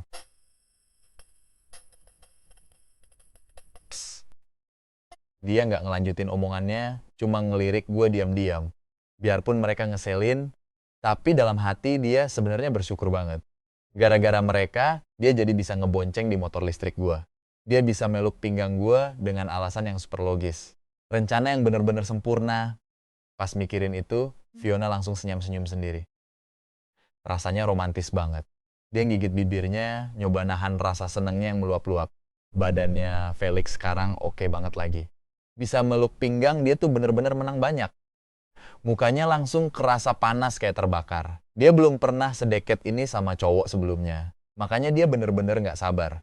Tapi tiba-tiba, Fiona ngeliat ke arah kucing ragdoll di gendongannya dan langsung panik. Bentar, kan motor listrik kecil banget. Terus nih, kucing mau ditaruh mana? Malah ngehalangin gue buat meluk dia lagi. Pas sadar rencana sempurnanya ternyata punya celah fatal. Fiona ngerasa rugi bandar. Dia pun cemberut sambil melototin si kucing tak berdosa itu dengan Castle. Kita terus jalan sambil ngobrol, Fiona ngerasa kayak punya sejuta cerita yang pengen dia bagi ke gue. Pas lihat muka ganteng gue yang lagi senyum, dia ngerasa seneng banget dan dunia serasa penuh warna. Nggak lama kemudian, kita sampai di tempat parkir umum. Fiona ngeliatin gue nggak berhenti di tempat parkiran motor, tapi malah terus jalan ngelewatin area itu. Dia kelihatan bingung. Felix, motor lu mana? Gue nunjuk ke arah depan lagi. Di sebelah sana, oh, Fiona nahan bibirnya rapat-rapat, tapi nggak ngomong apa-apa lagi. Dia mikir karena ini pertama kalinya gue ke jalanan khusus hewan peliharaan ini, gue nggak tahu tempat parkir yang bener dan jadinya parkir jauh banget. Dia pun maklum. Waktu berasa cepet banget, berlalu pas lagi ngobrol, jalan kaki bentar aja berasa kayak cuma beberapa detik doang. Fiona ngeliat sekeliling tempat parkir. Banyak banget mobil mewah yang diparkir di sini. Dia pun bergumam pelan. Lu parkir di sini? Kayaknya motor nggak boleh deh parkir di area ini. Dia gigit bibirnya, baru mau ngasih tahu gue kalau tukang parkirnya bisa marah nanti. Dia lihat gue ngangguk seolah dengerin omongannya, padahal mah gue nggak paham apa yang dia maksud. Gue langsung ngambil kunci keyless dari kantong, terus mencet tombolnya sekali. Nggak jauh dari sana, sebuah supercar Lamborghini merah menyala langsung ngedipin lampunya terang banget di tengah parkiran. Pas lihat lampu itu nyala, mulut Fiona langsung mangap lebar. Dia melongo ngeliatin monster mesin itu seolah baru bangun di depannya. Sampai-sampai dia langsung nahan napas dalam-dalam. Matanya bener-bener nunjukin rasa nggak percaya yang luar biasa. Seakan-akan logikanya baru aja runtuh. Dia hampir nggak percaya sama penglihatannya sendiri. Di depan mobil itu, Fiona cuma bisa berdiri mematung lama banget. Sorot matanya bener-bener kaget setengah mati. Lamborghini ini emang bener-bener kasta tertinggi. Mobil ini kayak dewi paling seksi dan menakjubkan di dunia otomotif. Felix, ini mobil lu? Fiona narik napas dalam-dalam, nyoba berkali-kali cuma buat nahan guncangan hebat yang lagi dia rasain di dalam dirinya.